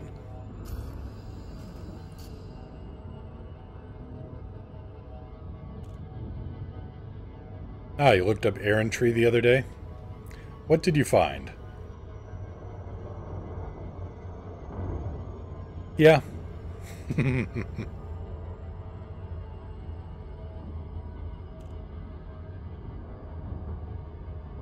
Yeah, I got the word from a few places. One, the idea of the knight errant.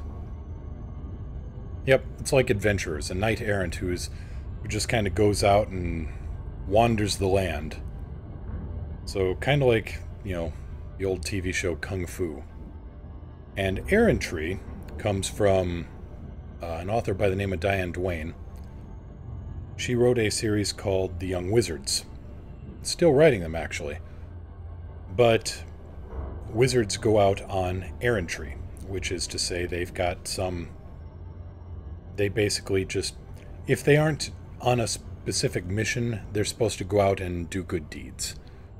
Like, you know, there's wizards that, you know, when the Mars probes are shut down, they will teleport their butts to Mars with canned air and some microfiber cloth and wipe down the solar panels.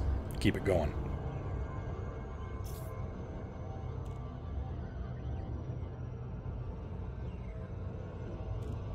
Just little things to extend the life of stuff.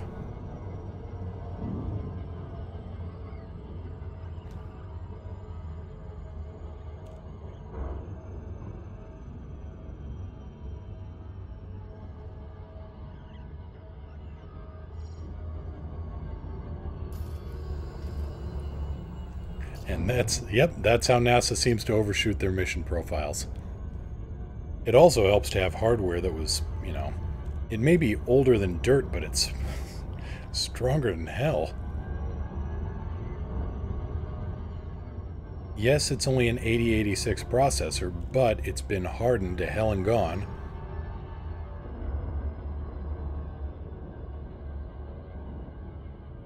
Yeah. Here we are 12 years later. The Voyager probe would like a word with you.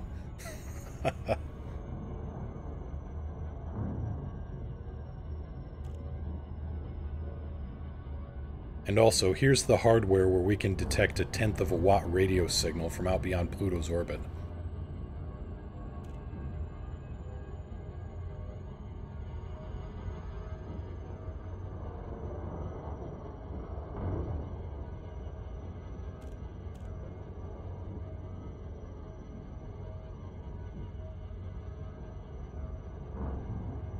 Orbital flight engaged.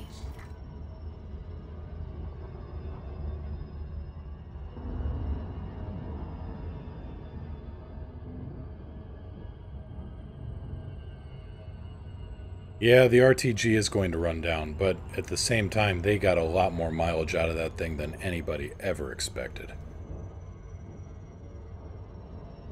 I mean, they just extended the program another year, I think, because they found out that the bigger thrusters can be used for keeping orientation towards Earth.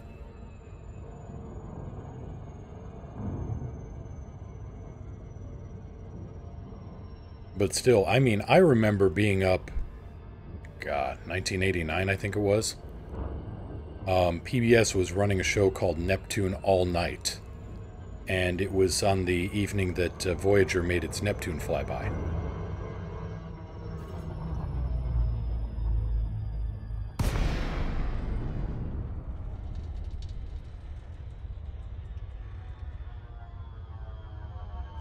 NASA has all the best mods for KSP. Alright, Master Arm is on and the pickle is hot. Let's see what we've got here for probes.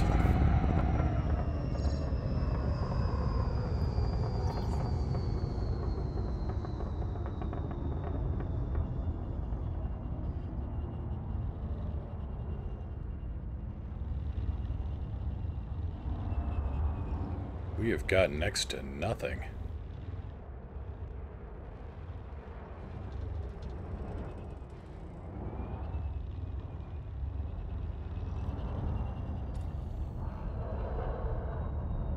Gear down.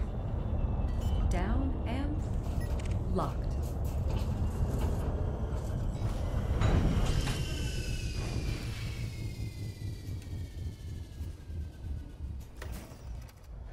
Drive assist. Yeah, I like the crackly rocket sound out of this thing too. Oh hey. Sentry Skimmer, mission target. They're all wanted. No, they aren't wanted. That's right, I will be wanted.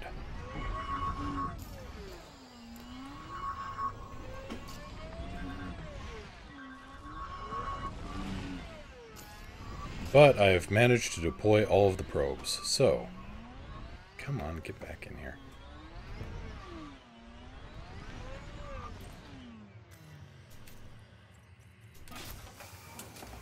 I've managed to kick the hornet's nest and deploy all the skimmers.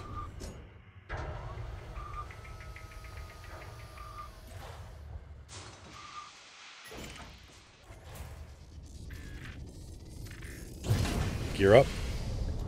Landing gear raised.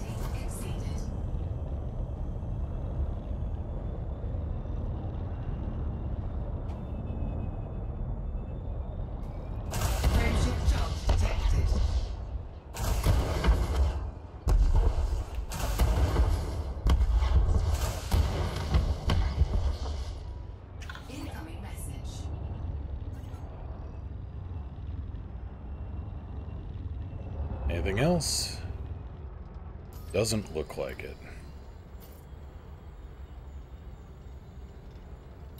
Got a bounty on me for the next day. Oh well. Incoming mission critical message.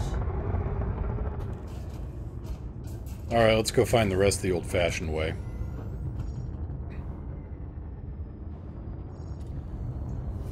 Oop. Thought I had more engine than I did.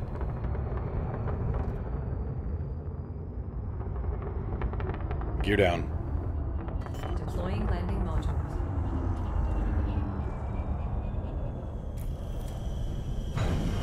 Oh, no wonder it's a 2G world. I just noticed the local gravity conditions. Drive assist on. Well, that means that finding something else to blow up shouldn't be hard.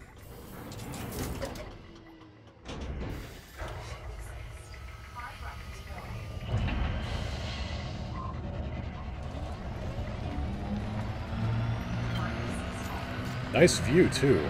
I like that. I always like driving around ringed worlds. Or moons in orbit of ringed worlds.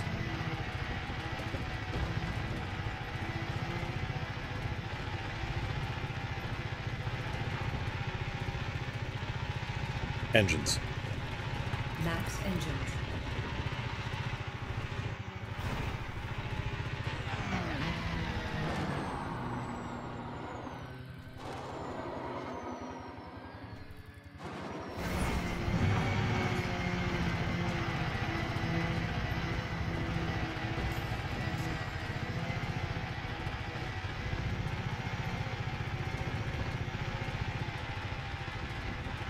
Looks like I'm getting a high band reading this way. I've not been to the moon that orbits every 20 seconds. I've heard about it. Just never found the time to make my way out there. I could swear I'm picking up high band readings over here.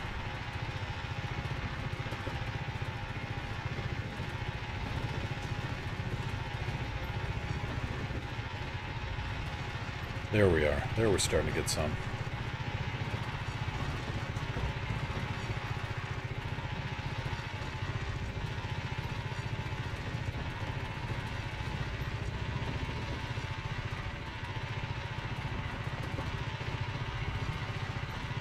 "2G, lousy landing conditions, but great if you want to just drive an SRV around."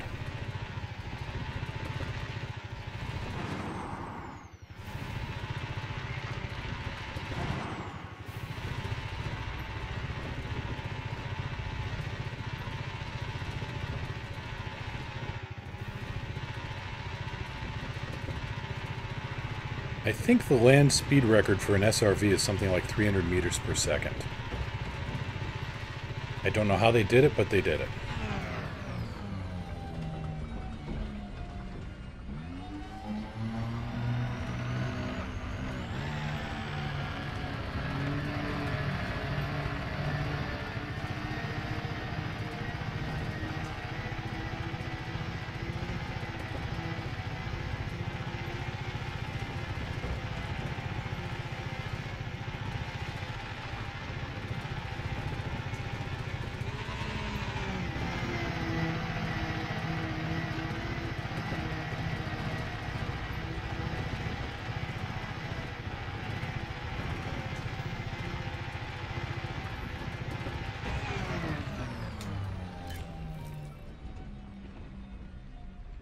Well, this doesn't look like a trick at all.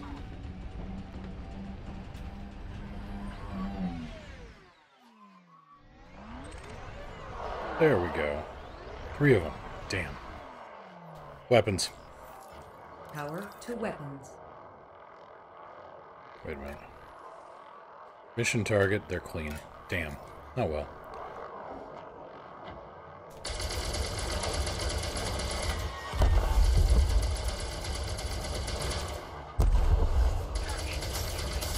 No, no. No, no, no, no, no, no, no, no, no. Target destroyed.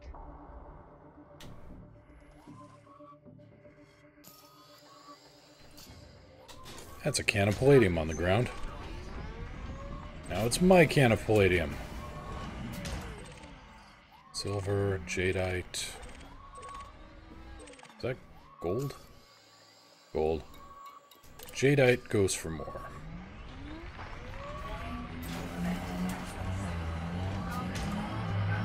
Come on, get off the damn...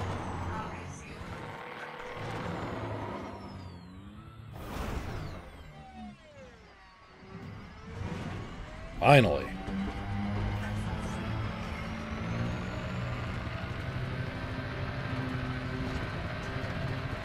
Engines.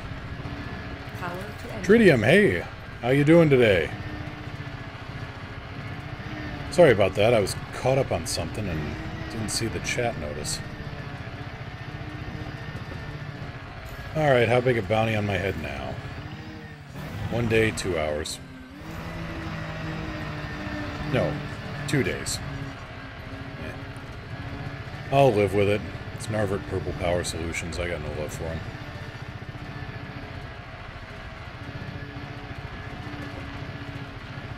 Ooh, start traveling in the Rift, nice. Well, howdy, Hank. I now have a giant spaceship cat, right where he doesn't need to be. What am I up to? I am just doing kind of random stuff around Narvert. Right now I'm taking out skimmers for a decent payday. It's a nice 7-figure income.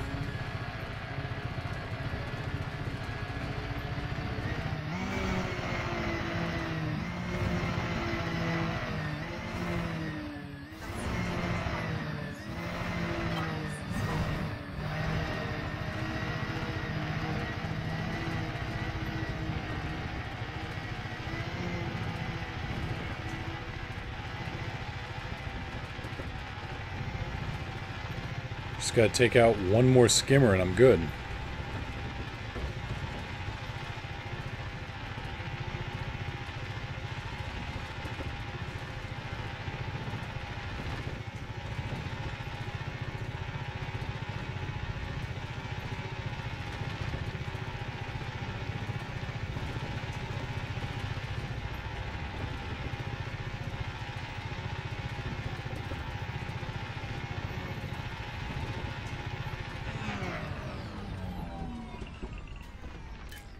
No, not yet.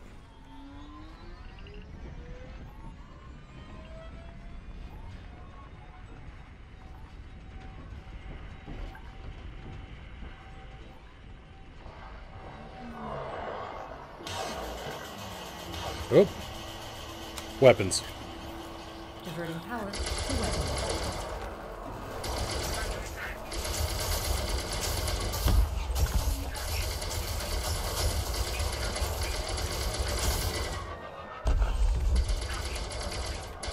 Oh, sure, these guys are wanted.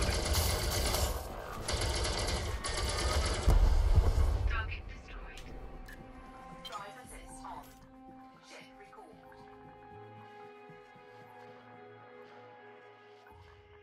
Really, that's just the perfect ending to the fight with one little skimmer part kind of rattling around before it hits the ground.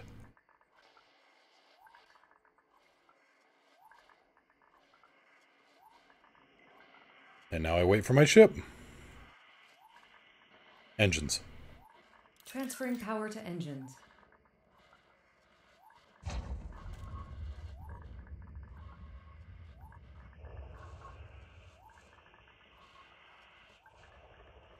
Come here, ship. Where are you? A great big, flat as a pancake plane, and you decide to land over there. Alex, we're going to have a talk about your ground radar.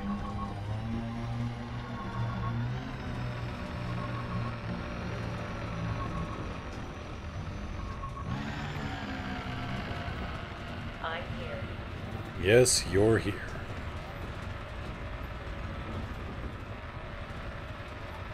Only a little wanted. It's still good. It's still good.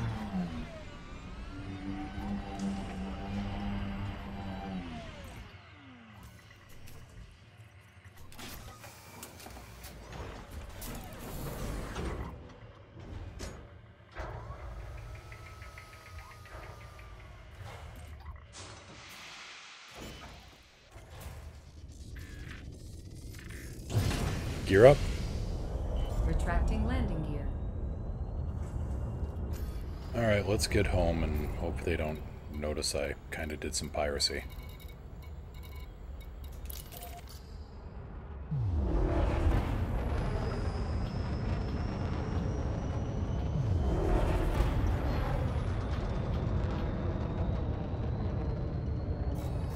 I imagine the people on that moon going, yay, yay, yay.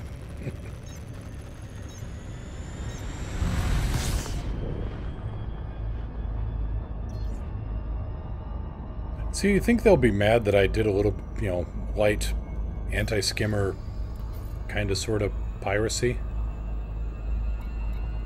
2 days bounty. Not the worst thing in the world.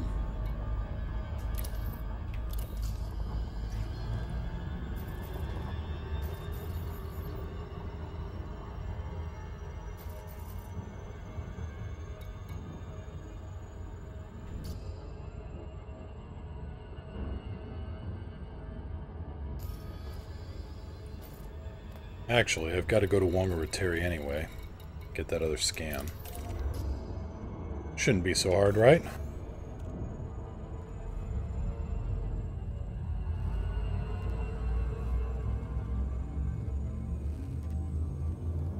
That'd be nice. That'd be really nice. I mentioned it before, there's a, Oh, and by the way, welcome to the chat, Work. There's an old game made around 97, 98 called I-War, or Independence War. And that is how I would love multi-crew to work. In that you had a weapons station, you had an engineering station, you had helm, you had overall command. Let's see here, Wongarateri 6C, there we go.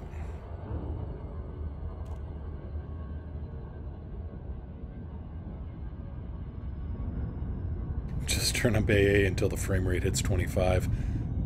It's... you're not wrong.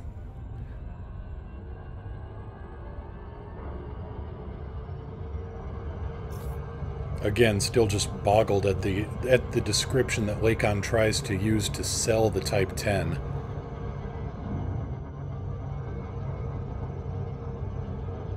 Lakon's best description of it is, it's faster, more maneuverable, and has better acceleration than a Type 9. Really? Because here's something else.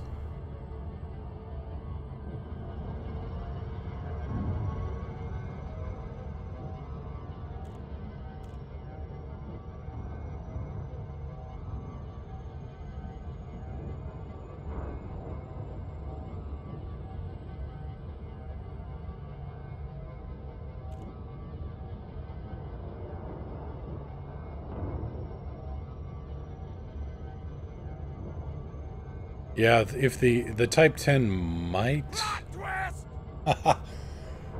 Work. Thank you so much for the follow. Welcome to the Moo Crew. You don't have to be crazy to work here. It just helps.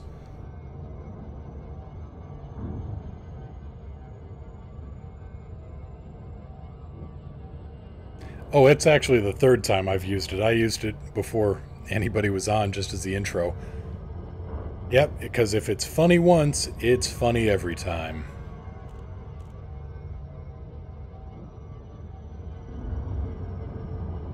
Really, you could just, throw up in chat. Here's a list of things that are faster, more maneuverable, and have better acceleration than a Type 9. Here's a dead horse.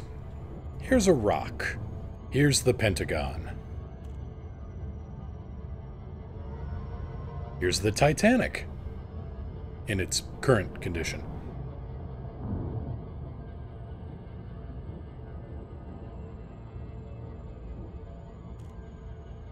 A thrown baseball. True.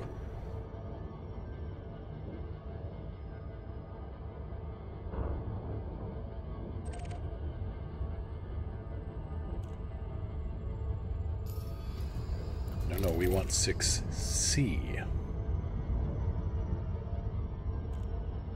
Churches. Small rocks. A duck. Captain Slow. 2 sidewinders duct taped together. There you go.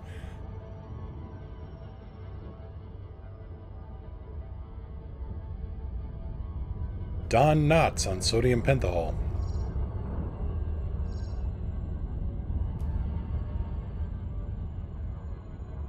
Okay, there it is. Search zone. Building. The pyramids. Just see somebody with a tiller sitting on top of the pyramid going, you know? I don't know, it just doesn't feel quite right.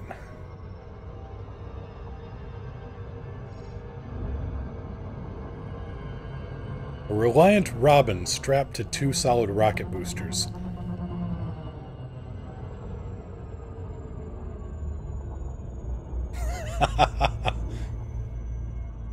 Big mouse.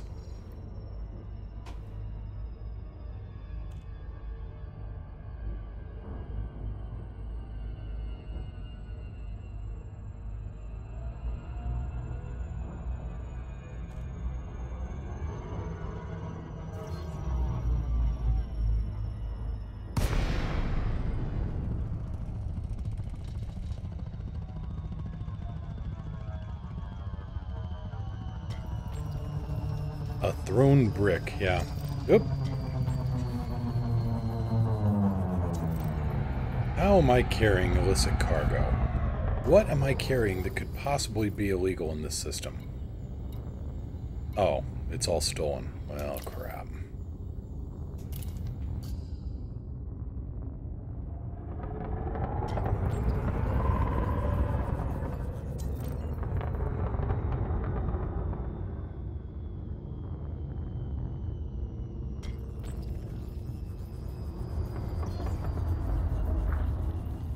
Right, so here's how we're going to deal with this. Oh, hey, suddenly building. Gear down. Deploying gear.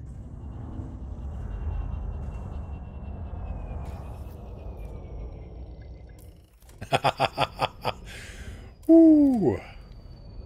There's slow and then there's glacial.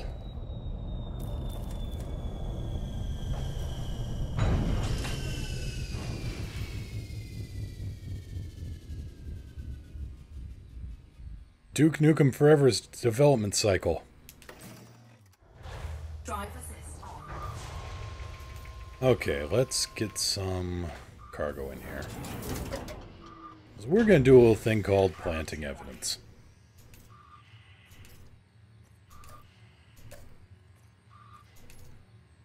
Cargo hold at maximum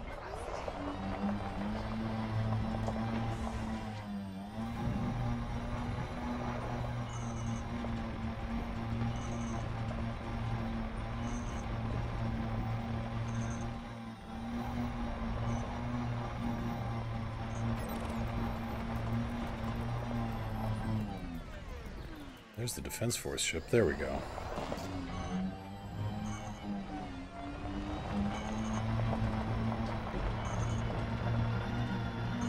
Doesn't look like any trespassing fence is up, so I think we're clear to just drive in.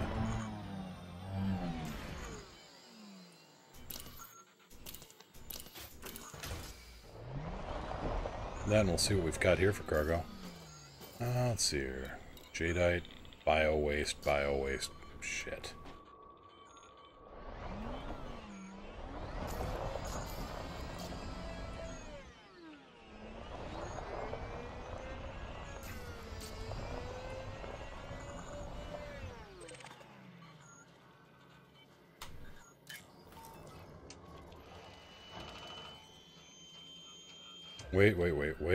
Wait. Before we do that... Data. Yep, we're full. Aberrant shield pattern, rare. Abnormal compact emissions, very rare. Anomalous bulk scan data. Common as dirt. Anomalous FST, common. There. Now we scan.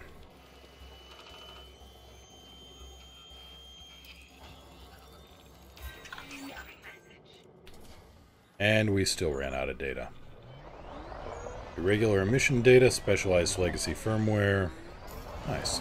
I'll take it. If I don't spin the damn thing out. This is why low gravity in an SRV just drives me nuts. Please, please, Frontier, give me a skimmer-based SRV. I've been a good boy for Christmas. I started being good right about the time of Thanksgiving. As one does. But please, yes, give me a skimmer-based SRV. It doesn't have to be as fast, but just something that won't spin out the moment I hit a stray speck of dust.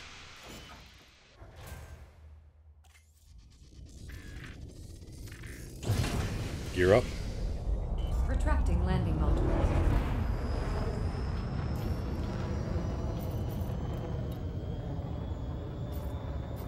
Did I get this one? Okay. Scan job complete.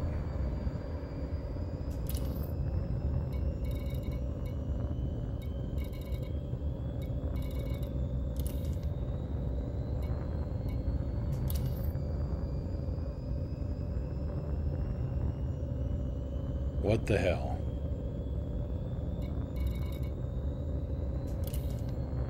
It's still saying I have to do the mission.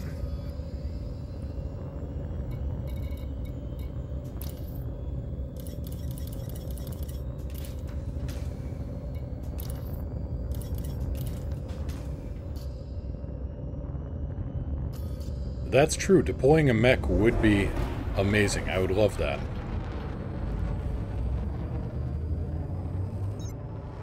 If anybody remembers the the sci-fi series Andromeda, which was good in the first 2 seasons, and then the showrunner ran out of town, and bad deal. But anyway, I remember that Rami, the ship, had 2 basically autonomous battle mechs that she deployed, and they had great big autocannons for hands. She called them Tweedledee and Tweedledum.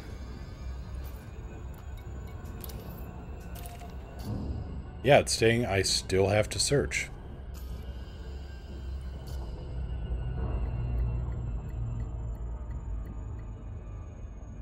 So, I guess we're landing again and doing a search.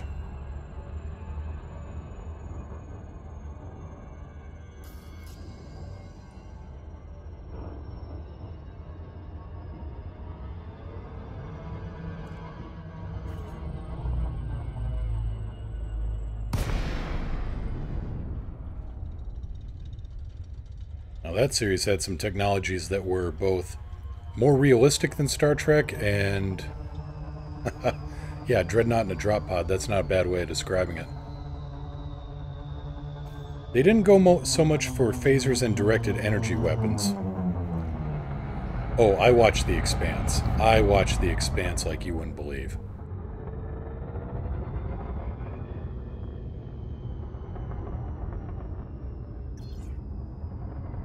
Gear down. Lowering landing gear.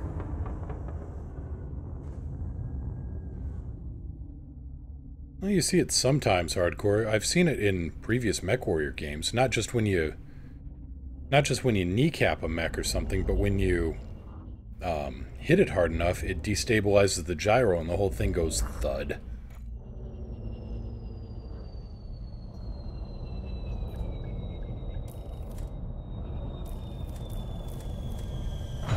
Alright, can we actually complete this mission this time? Drive assist on. MechWarrior 3 did it too. And I imagine that the new Battletech game is going to do it. Well, I know it does it. I've seen it happen.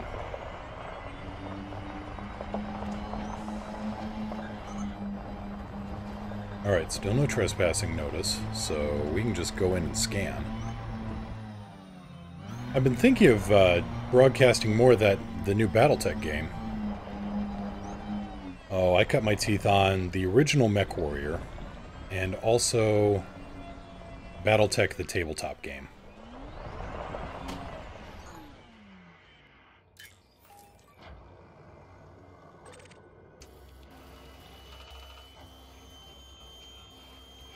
I've still got all of the Battletech novels.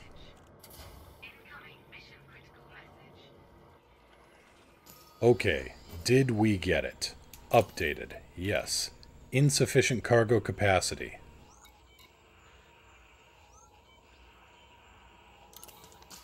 I'm sorry, what? Well, that's in the SRV, duh.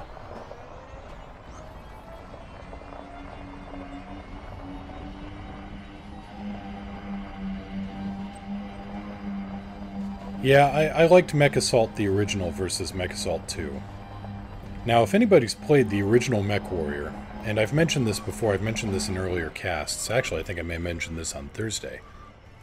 There was a great worksheet. You played a mercenary in charge of a mech lance, and you had to negotiate for your payment.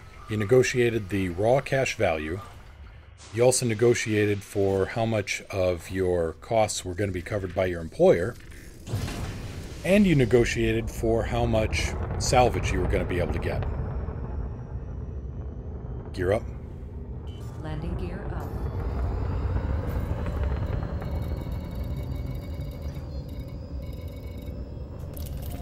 And I would love to see something like that, where you had a worksheet where you could, negotiate for, negotiate with employers here in Elite.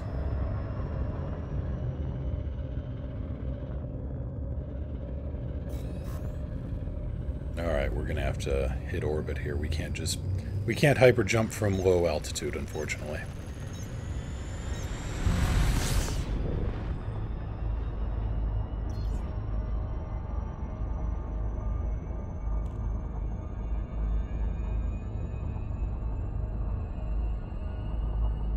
But yeah, I've been thinking of casting my my beta for Mech, or not for Mech Warrior, for BattleTech.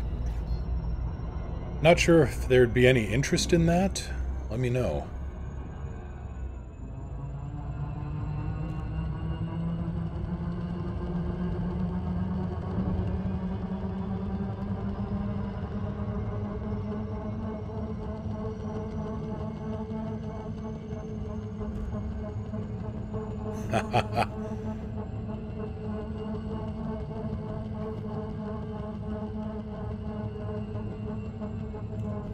Oh, I'm trying to remember. There was a BattleTech convention. I want to say... Well, okay, I can't narrow it down any further than Europe. But there was a big... This is just a year, maybe a couple of years after the BattleTech cartoon came out. And if anybody remembers what a mess that was... So, somebody staged a trial of grievance against the show's writer. And he came out with a one-shot beast, which was basically a stone rhino, which he'd modified with 5 Gauss rifles, called Gausszilla. And yes, he won the trial of refusal. Sorry, the trial of grievance. Somebody should have staged a trial of refusal before that thing hit the air.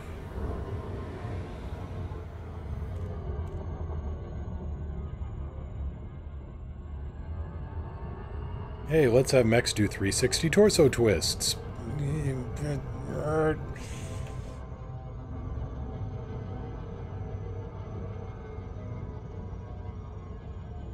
Though I did enjoy the dialects. I remember that one of the starship captain had he spoke Swedenese. Which was, yeah, Swedish and Japanese that had been mixed together since he was from Rasselhag, and Rasselhag had been conquered by the Draconis Combine for a while. Doom Taxi run? I can do a Doom Taxi run.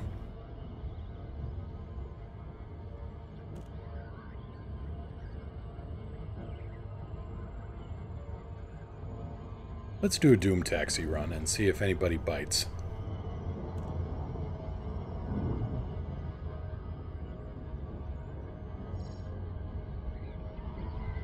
Haha, I'm not wanted here. I'm only wanted in Purple Power Solutions. And since their holdings amount to, say, a couple of outposts and maybe a junk drawer over in Glidden, I don't really care.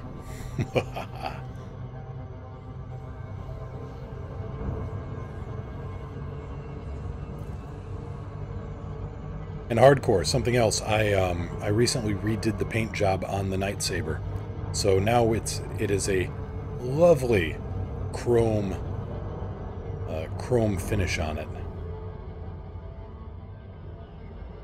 So it matches up with my chrome vulture, the Fury Road. Maybe I should rename this thing like Silver Bullet or something. Anyway. Worry about that later. Let's get docked and have some fun. JLC Kilo Yankee Lima. This is an independent star system, Commander. Request docking permission prior to touching down. Request approved. Cleared for landing on docking bay 4-2. Copy 4-2.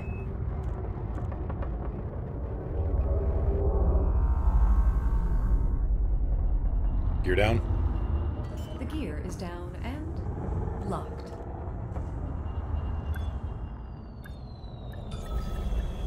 Almost. Alright, let's turn these in and make some cash. Landing complete. Dispatching ground crew.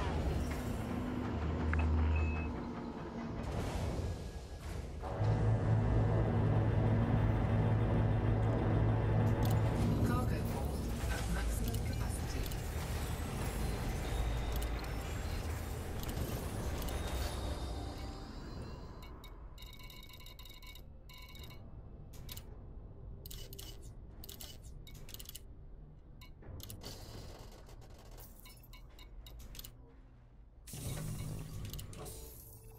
The lucky landing bay, life, the universe, and everything.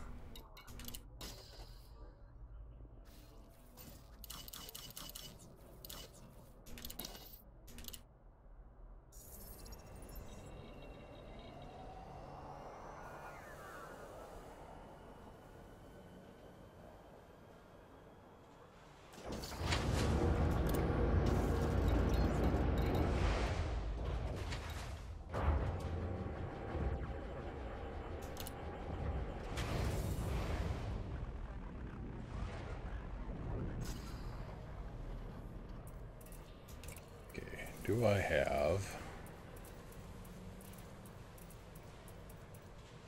Just checking out a thing here real quick. Backhounds, burst lasers, 5 week.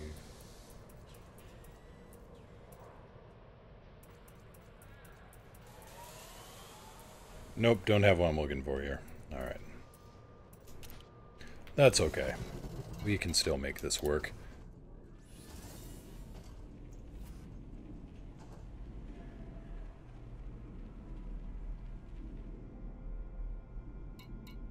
"22 tourists seeking transport. Unfortunately, I do not have the room for that." Where are they going? Caleri Port. 12 rebels. Okay, let's see if I can't do some quick outfitting and fix this up.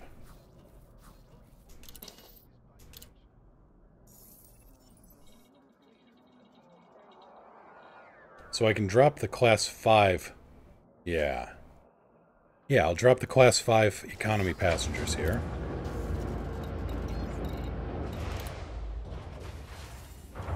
And then I will drop the shields on the Nightsaber down to Class 4s because they're hardened enough as it is with the boosters.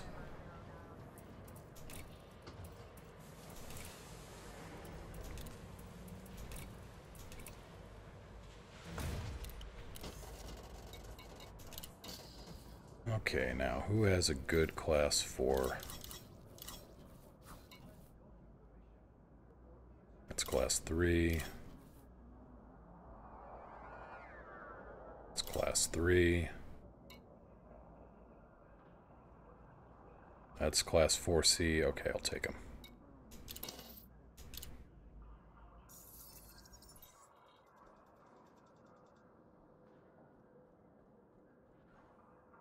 Okay, so we're swapping out the Class 5 shields on the Nightsaber for these Class 4s off of damn Yankees.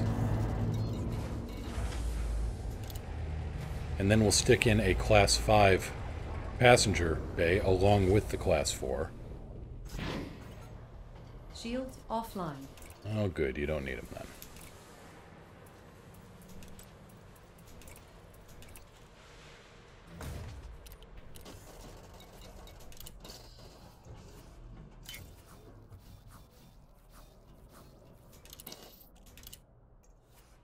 My favorite passenger mission in this thing, I was running a load of rebels and a load of tourists at the same time to the same destination.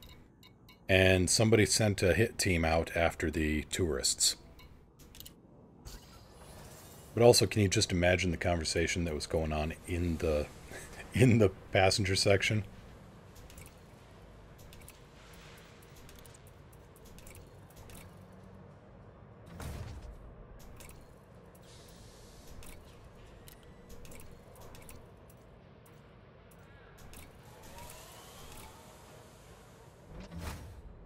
Okay, you go there. Cargo rack checks out, so we're going to swap you out.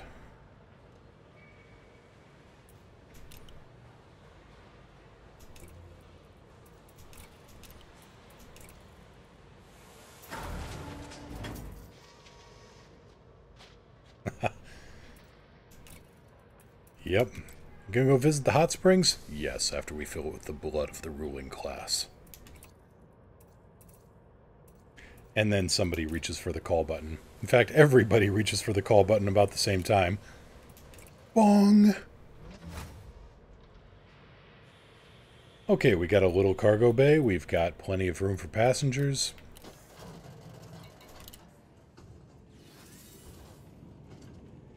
Welcome to Night Saber Airlines, Flight 001 to wherever the hell I want to go.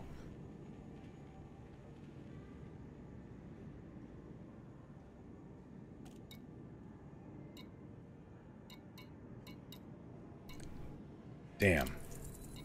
Just not quite enough room there. Wait. Hey, they do fit.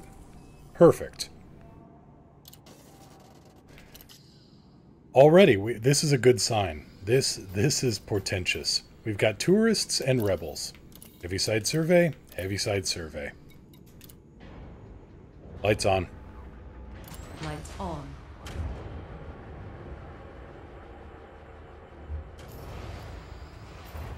For the safety of all visitors, be considerate of other vessels while passing through the main access corridor. Gear up. Gear up. Landing coupler disengaged. Departure authorized.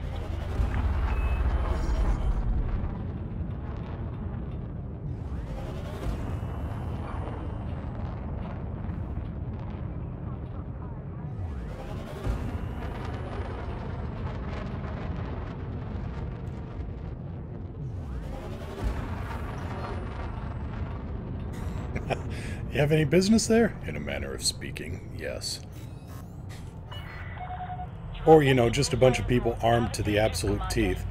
So, you coming from home or going to visit family? All you hear is the sound of a round being chambered.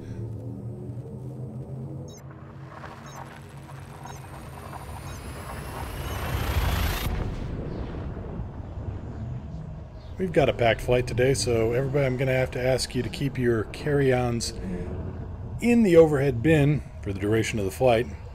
And if you gate checked your artillery, well, flight attendants will have that ready for you at the gate.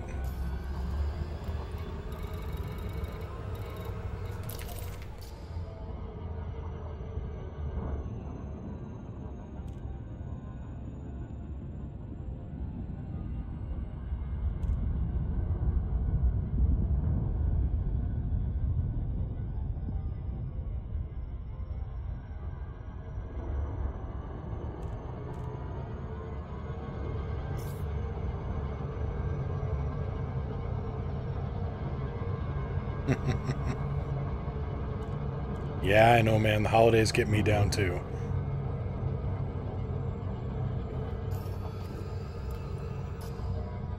Oh, yes. Also, I was mentioning Ghost Giraffe earlier and his space tourism series.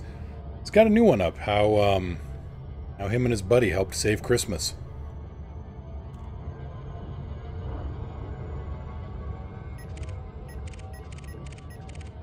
I'll just leave it at that.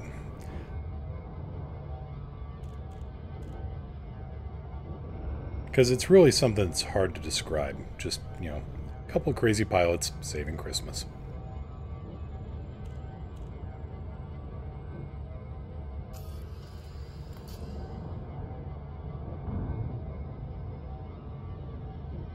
Oh, come on. Nobody's gonna come after me?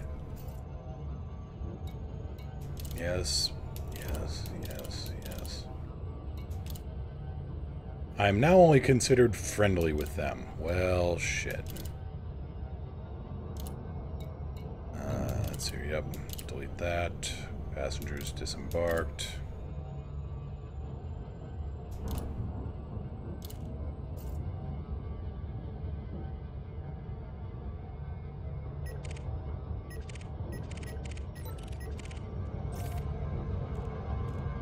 Well, I guess not every passenger run can be loaded with intrigue. Damn if we aren't going to try, though. So we'll see if we can pick up something from here and ship it somewhere else.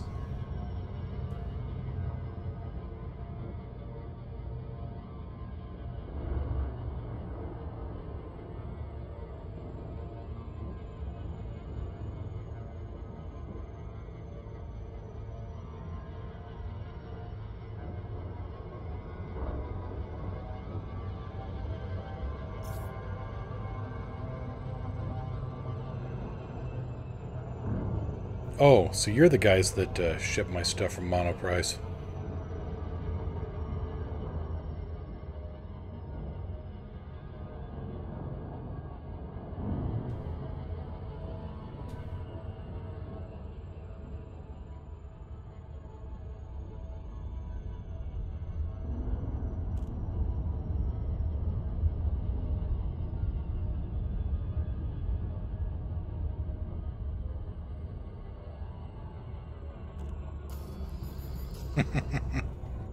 We ship products and get in fights.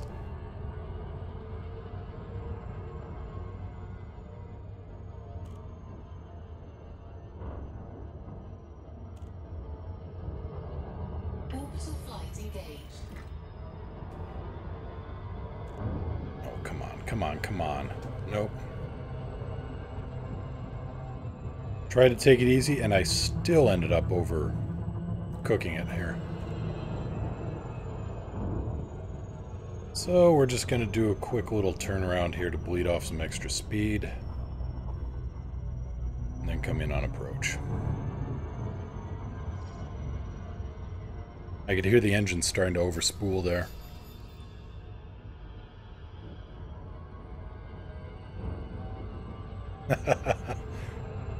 I solve practical problems. I love that's one of my favorite videos out of there. Incoming mission critical message. I also liked the video they did of the Heavy and the Doctor stopping the train.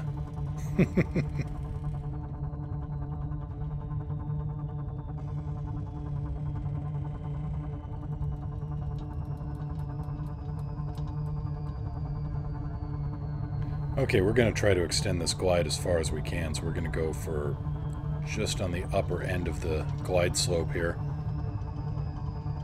Because we're still 60 clicks out.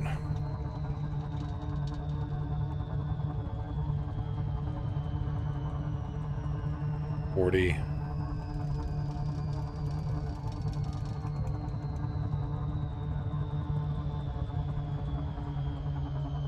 This seems decent.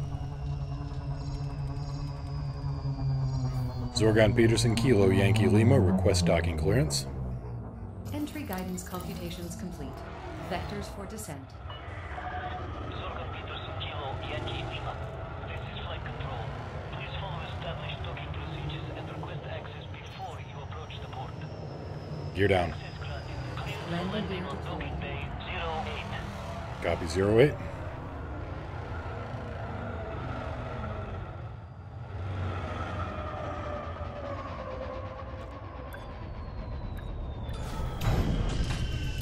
Alright everyone, you're here. Pick up your shit and get out. Contact. Docking constraints engaged. Be advised, Commander. There is a state of uprising in this system. Be careful who you side with. Uprising, huh? I wouldn't know a thing about that.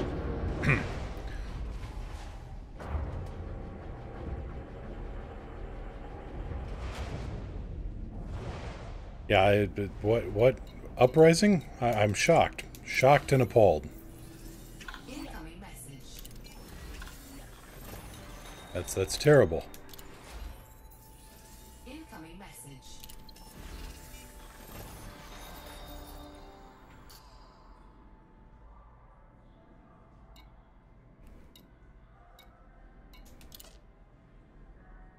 Eight POWs.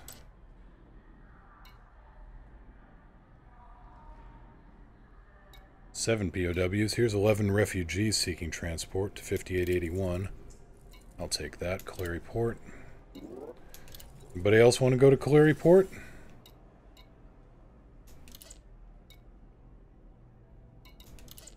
Anybody? Anybody at all? Doesn't look like it.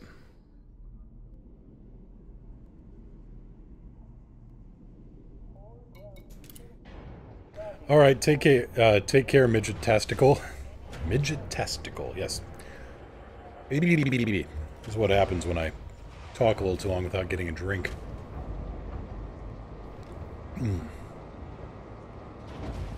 Should really put something else in that drink.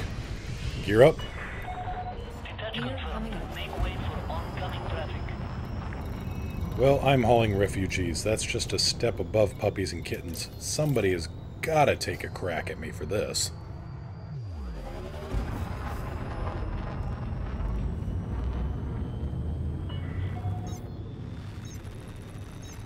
Oh, alright, well. In that case, enjoy the show because I'm hauling something just a step above puppies and kittens. Refugees. I mean, what kind of scumbag takes a shot at refugees? Ah, gotcha. 5-0. This makes sense.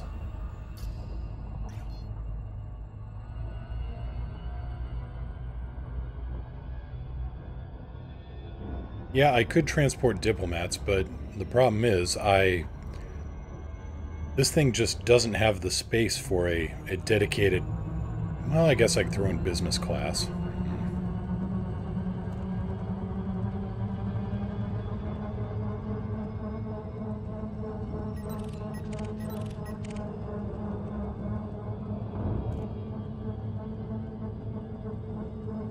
Jump on my mark.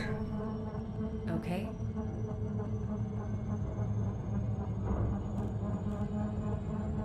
Mark. Preparing for jump. Wait, why am I taking refugees into a civil war system?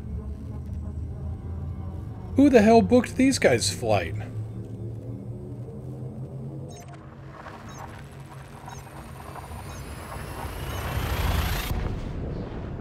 Hyperspace. Checking systems now. Complete.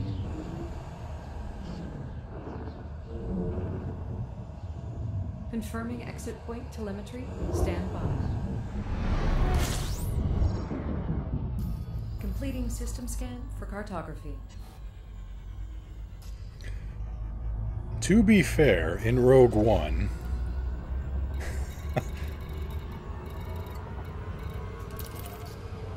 Vader watched the ship flee an active war zone from the ship he'd just completed a boarding action on.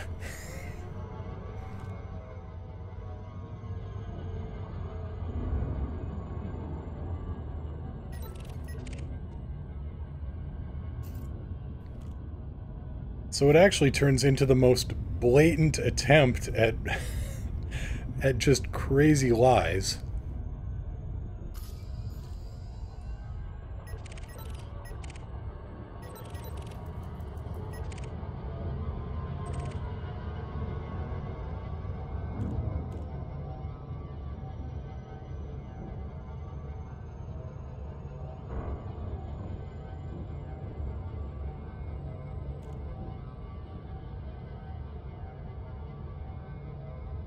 It's like the Vikings. The place was already burning when we got here. All the valuables were already stolen. That's our story. We're sticking to it. We are just northern traders.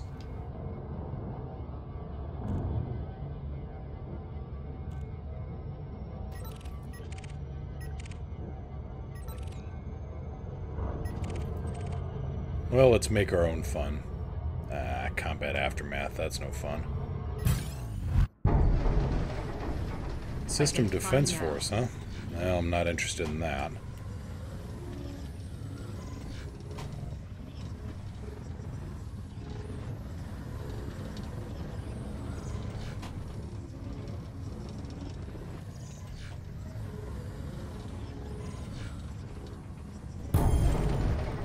How about no? Does no work for you, officer?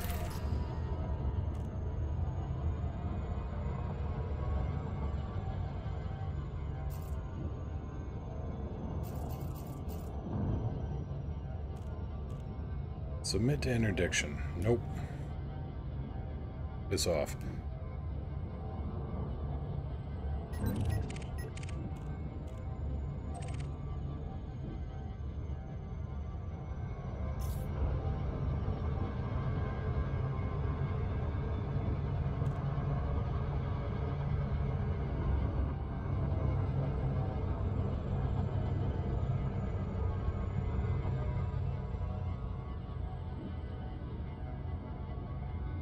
Gotta catch me before you can make me cease and desist. Them's the rules. Or they're more like what you might call guidelines.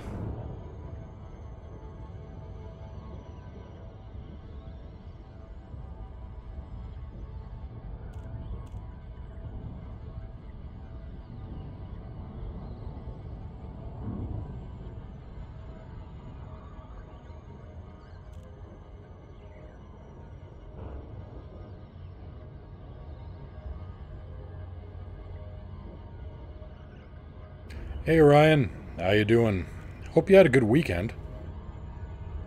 Then again, I hope everybody had a good weekend. It's not like I walk up to somebody and say, I hope your weekend sucked. Okay, I take it back. There's actually a couple people that I might actually say that to, but you know, that's just life.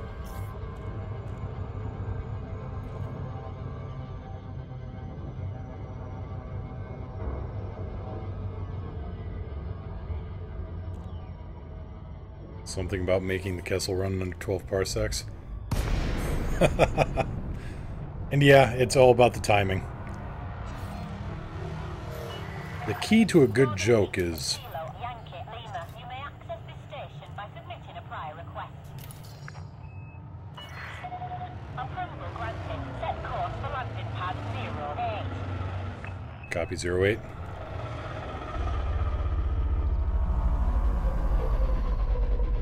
Gear down. Down and locked. Timing. No spoilers here. Yeah, we are not doing spoilers. This is an important announcement. At all times. Touchdown. Clear to dispatch. Beware, Commander. This system is in a state of civil war. Be careful which side you favor. Whichever side has the cash. You will find that mercy and mercenary are very close in the dictionary and very far in distance in meaning. At maximum capacity. Incoming message.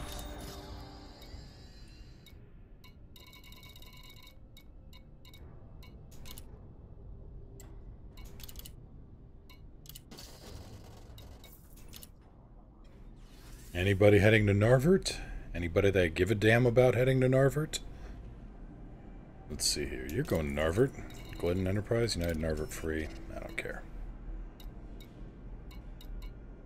20 refugees to Bologna's. 4.5 million. That's 4.5 million reasons for me to go there. 24 security workers. Hey, you guys. You guys are good guys. Welcome aboard the ship.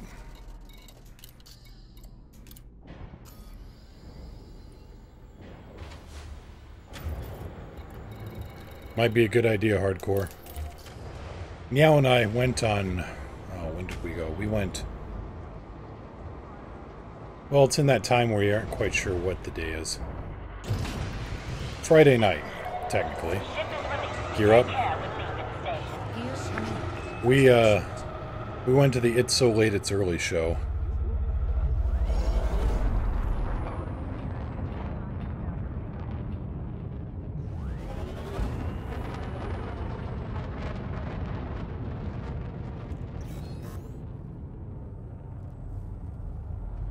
It was... Clear of the station limits. We hope you have a It's a little bit past 4 a.m. when we got out of the theater, I think.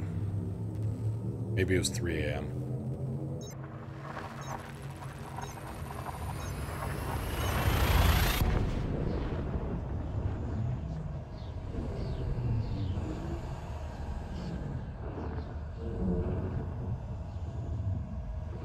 $3.15 in Edmonds. That might not be a bad one.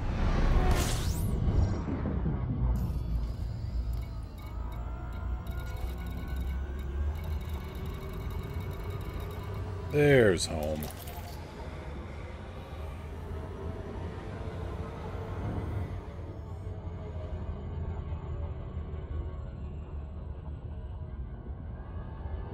Still nobody coming. Maybe I should put some luxury cabins in here. Or some business class so I can haul something other than, you know, Unable to comply. POWs and whatnot. I want some challenge in here. Problem is, this thing has such small compartment sizes. Leg rumble.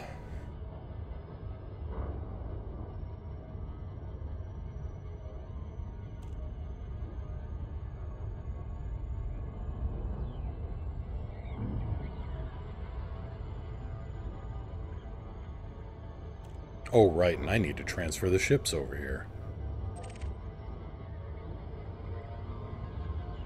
Thank God Eldani isn't here, or his eye would be twitching very, very badly at what I'm about to spend and what I'm about to spend it on.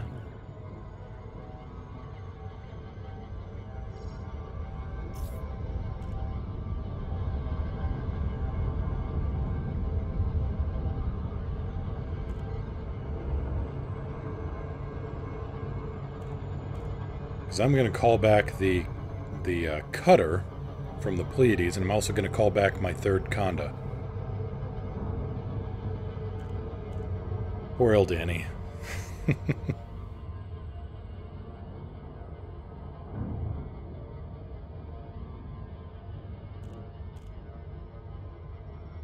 Hank, no, that's not a good time. Hank, don't... Alright, Hank, you do you.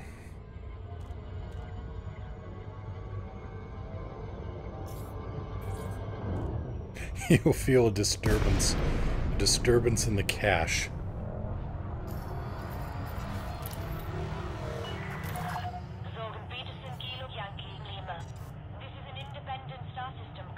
No, there's not. No way to send it to where you want to go. You got to get there first and then call it in.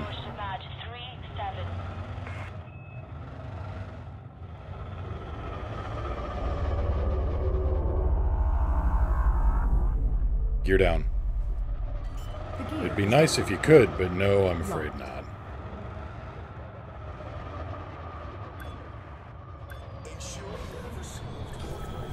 Close enough. Welcome to Narvert. Enjoy your stay. We've got mining, we've got pirates, we've got bounty hunters.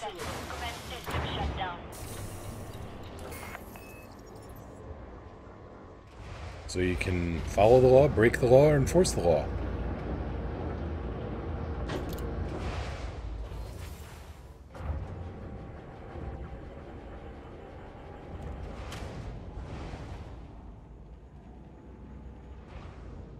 Well, the fact that they have remote ship recall at all is a godsend compared to what it used to be.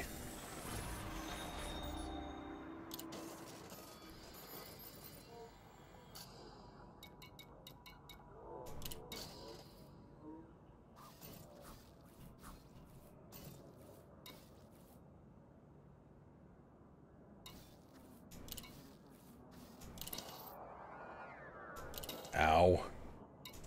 Well, there goes 6 million.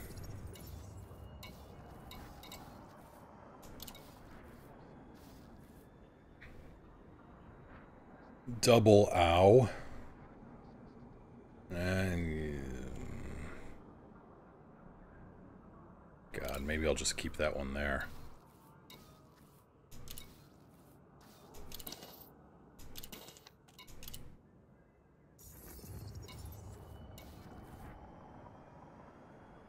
What do I even have on this thing?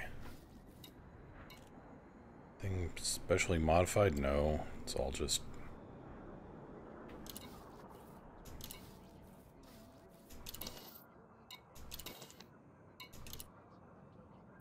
There. That helps the organization, such as it is a little bit.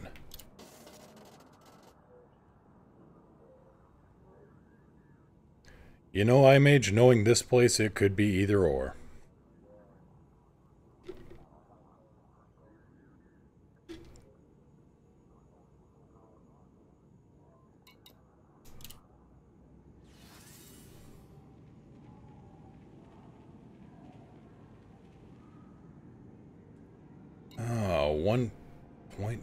Nearly 1.5 million is not bad.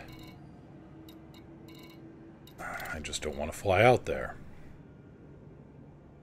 2.6 million. That's all Thedidico anyway. Grumble. What's on the mission boards?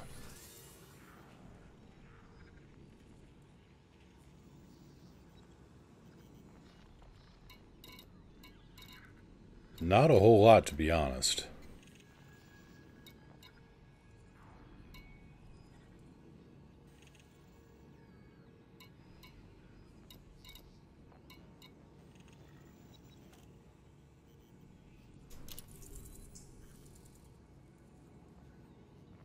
Exquisite focus crystals. Encrypted data storage. Yeah, we'll do that.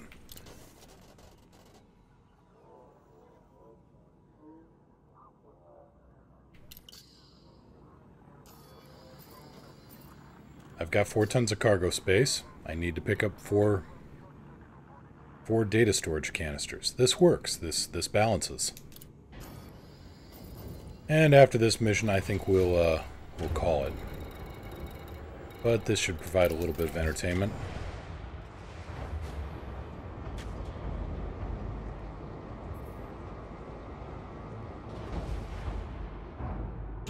Gear up. Gear up. Ship detach complete. Departure authorized.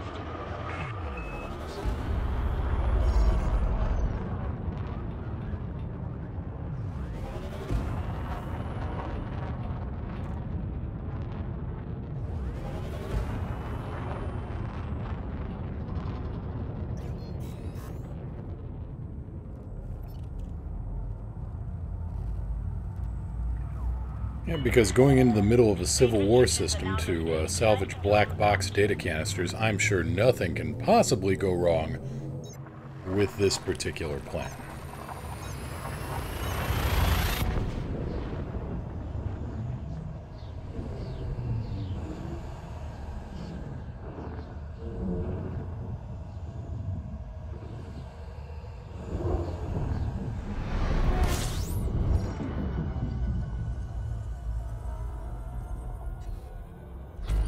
Incoming mission critical message. Alright, where do you want me? HIP 5881C.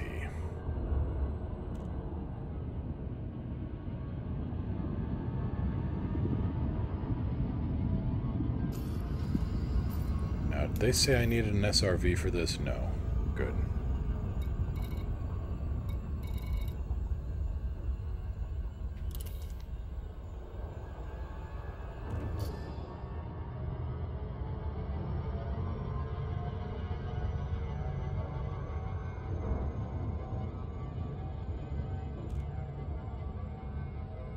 So, your standard recovery mission, honk the horn, get the coordinates, fly in, wait for the signal source to pop up, drop down, hoover up what you need, fight off whoever's coming to get you. You know, another day at the office. It's a really fun office.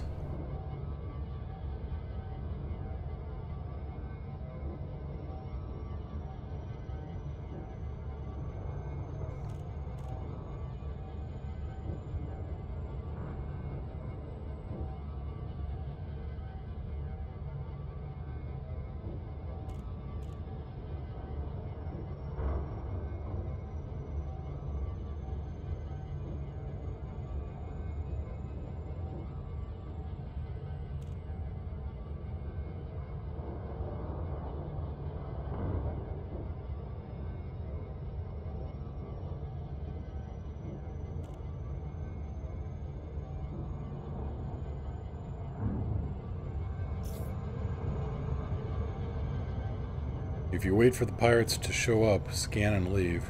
It's easier to scoop and go. Yeah, pretty much. Though we're going to be doing something a little bit different than that. Yeah, especially in this Ferdy.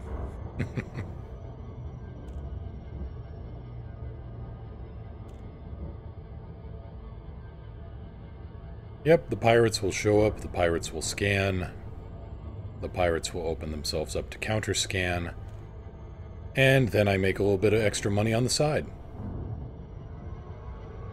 All well and good.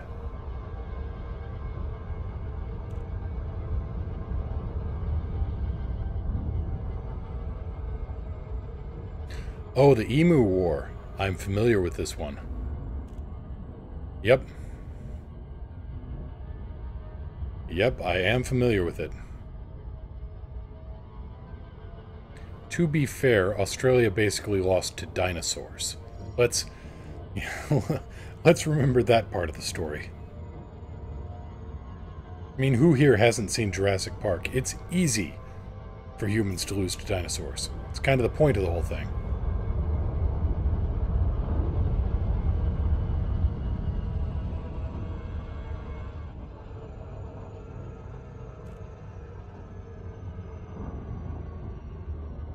So now we just cruise.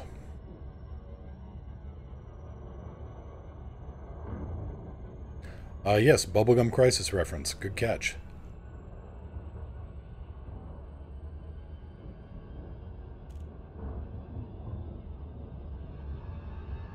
Which also makes it a third-hand Blade Runner reference.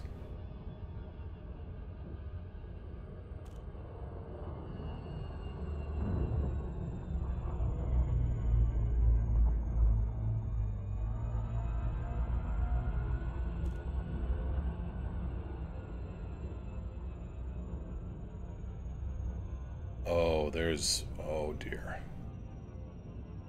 Okay, so I just realized this may be a little bit more complicated than I thought. Because if we're in too close an orbit around this planet and we drop down to scoop this stuff, it could be free-falling towards the surface. And that's going to make things a little bit more tricky.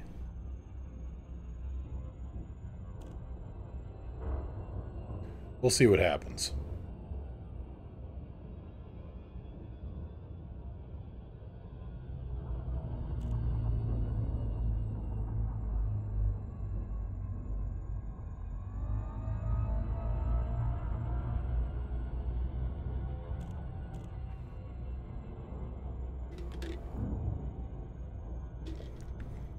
And now to play the simulator waiting game. Oh, that would have been neat if the station rescues had been in decaying orbits. Yeah, that would have been spectacular. You've only got X amount of time to get so many people, or as many people off as you can. That would have added, I think, that would have added a very nice time crunch to things.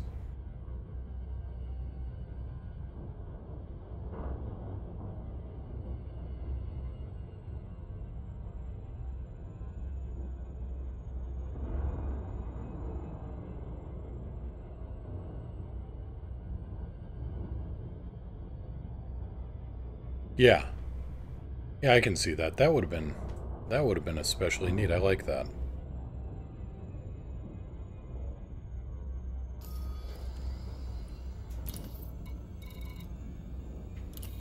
If we are in the right place.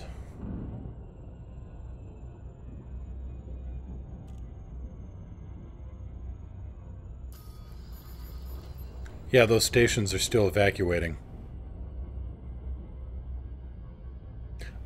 Yeah, that's a little too much, IMH. That's... that goes straight into no. No, no, no. And yeah, those stations are still being evacuated. I must have pulled 10,000 people off the damn things.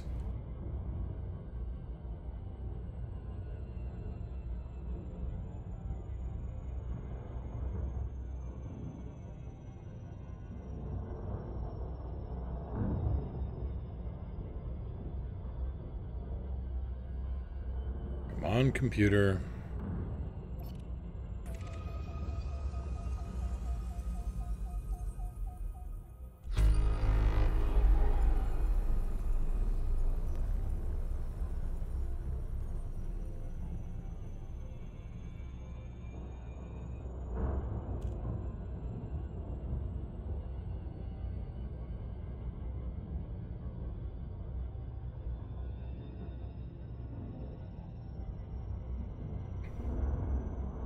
I'm kind of happy they weren't made into community goals, to be honest.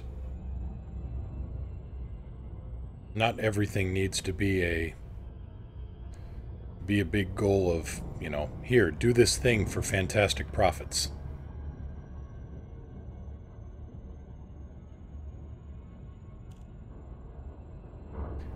He says, as he realizes he went there to try to make a mint off of selling water. But, you know, that was totally optional.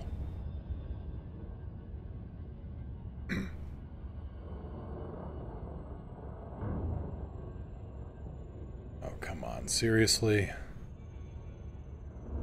Hank? Come here, Hank. I need you to fly the ship for a little bit.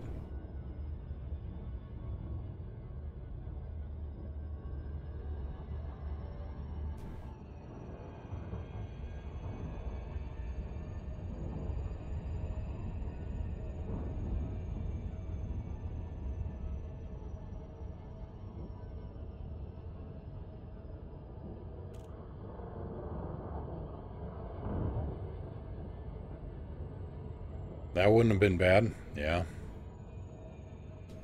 Maybe finally get some of those alliance permits everybody's wondering how to get.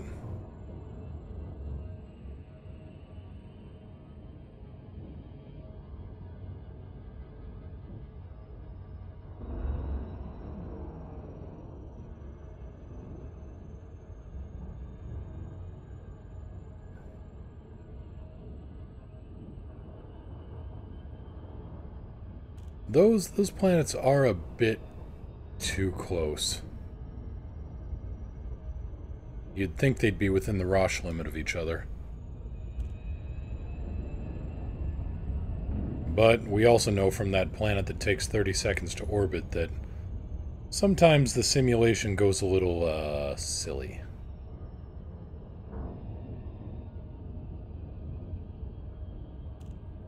I mean, if we're honest, HIP 63835 should not possibly be able to exist.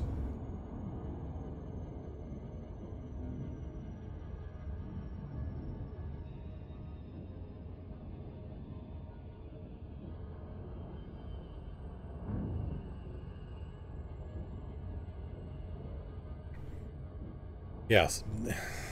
Equatorial bulging, they look like, you know, the biggest peanut in space.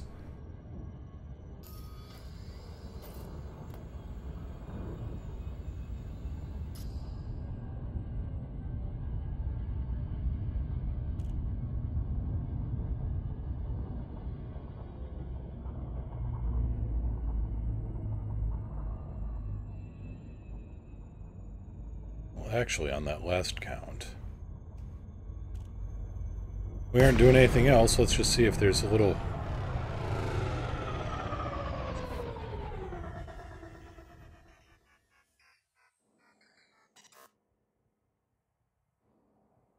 I am not making out any visible orbital motion.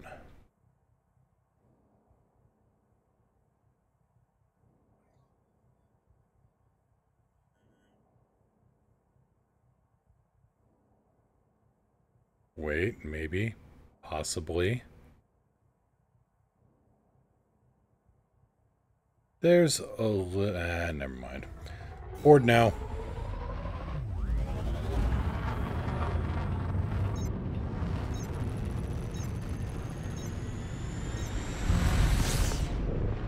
Please, just give me the damn site.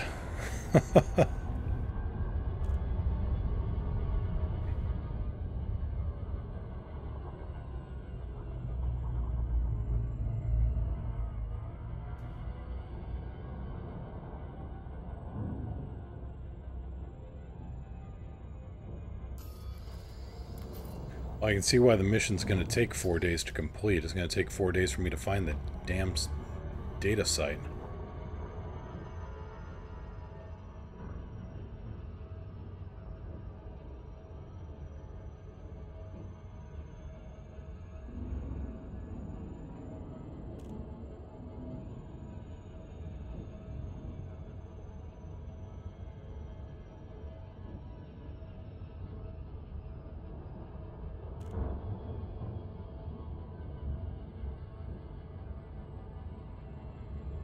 Unfortunately, we are coming up on the 3-hour mark, and I've got real-world things that need doing. Stupid real-world crumble.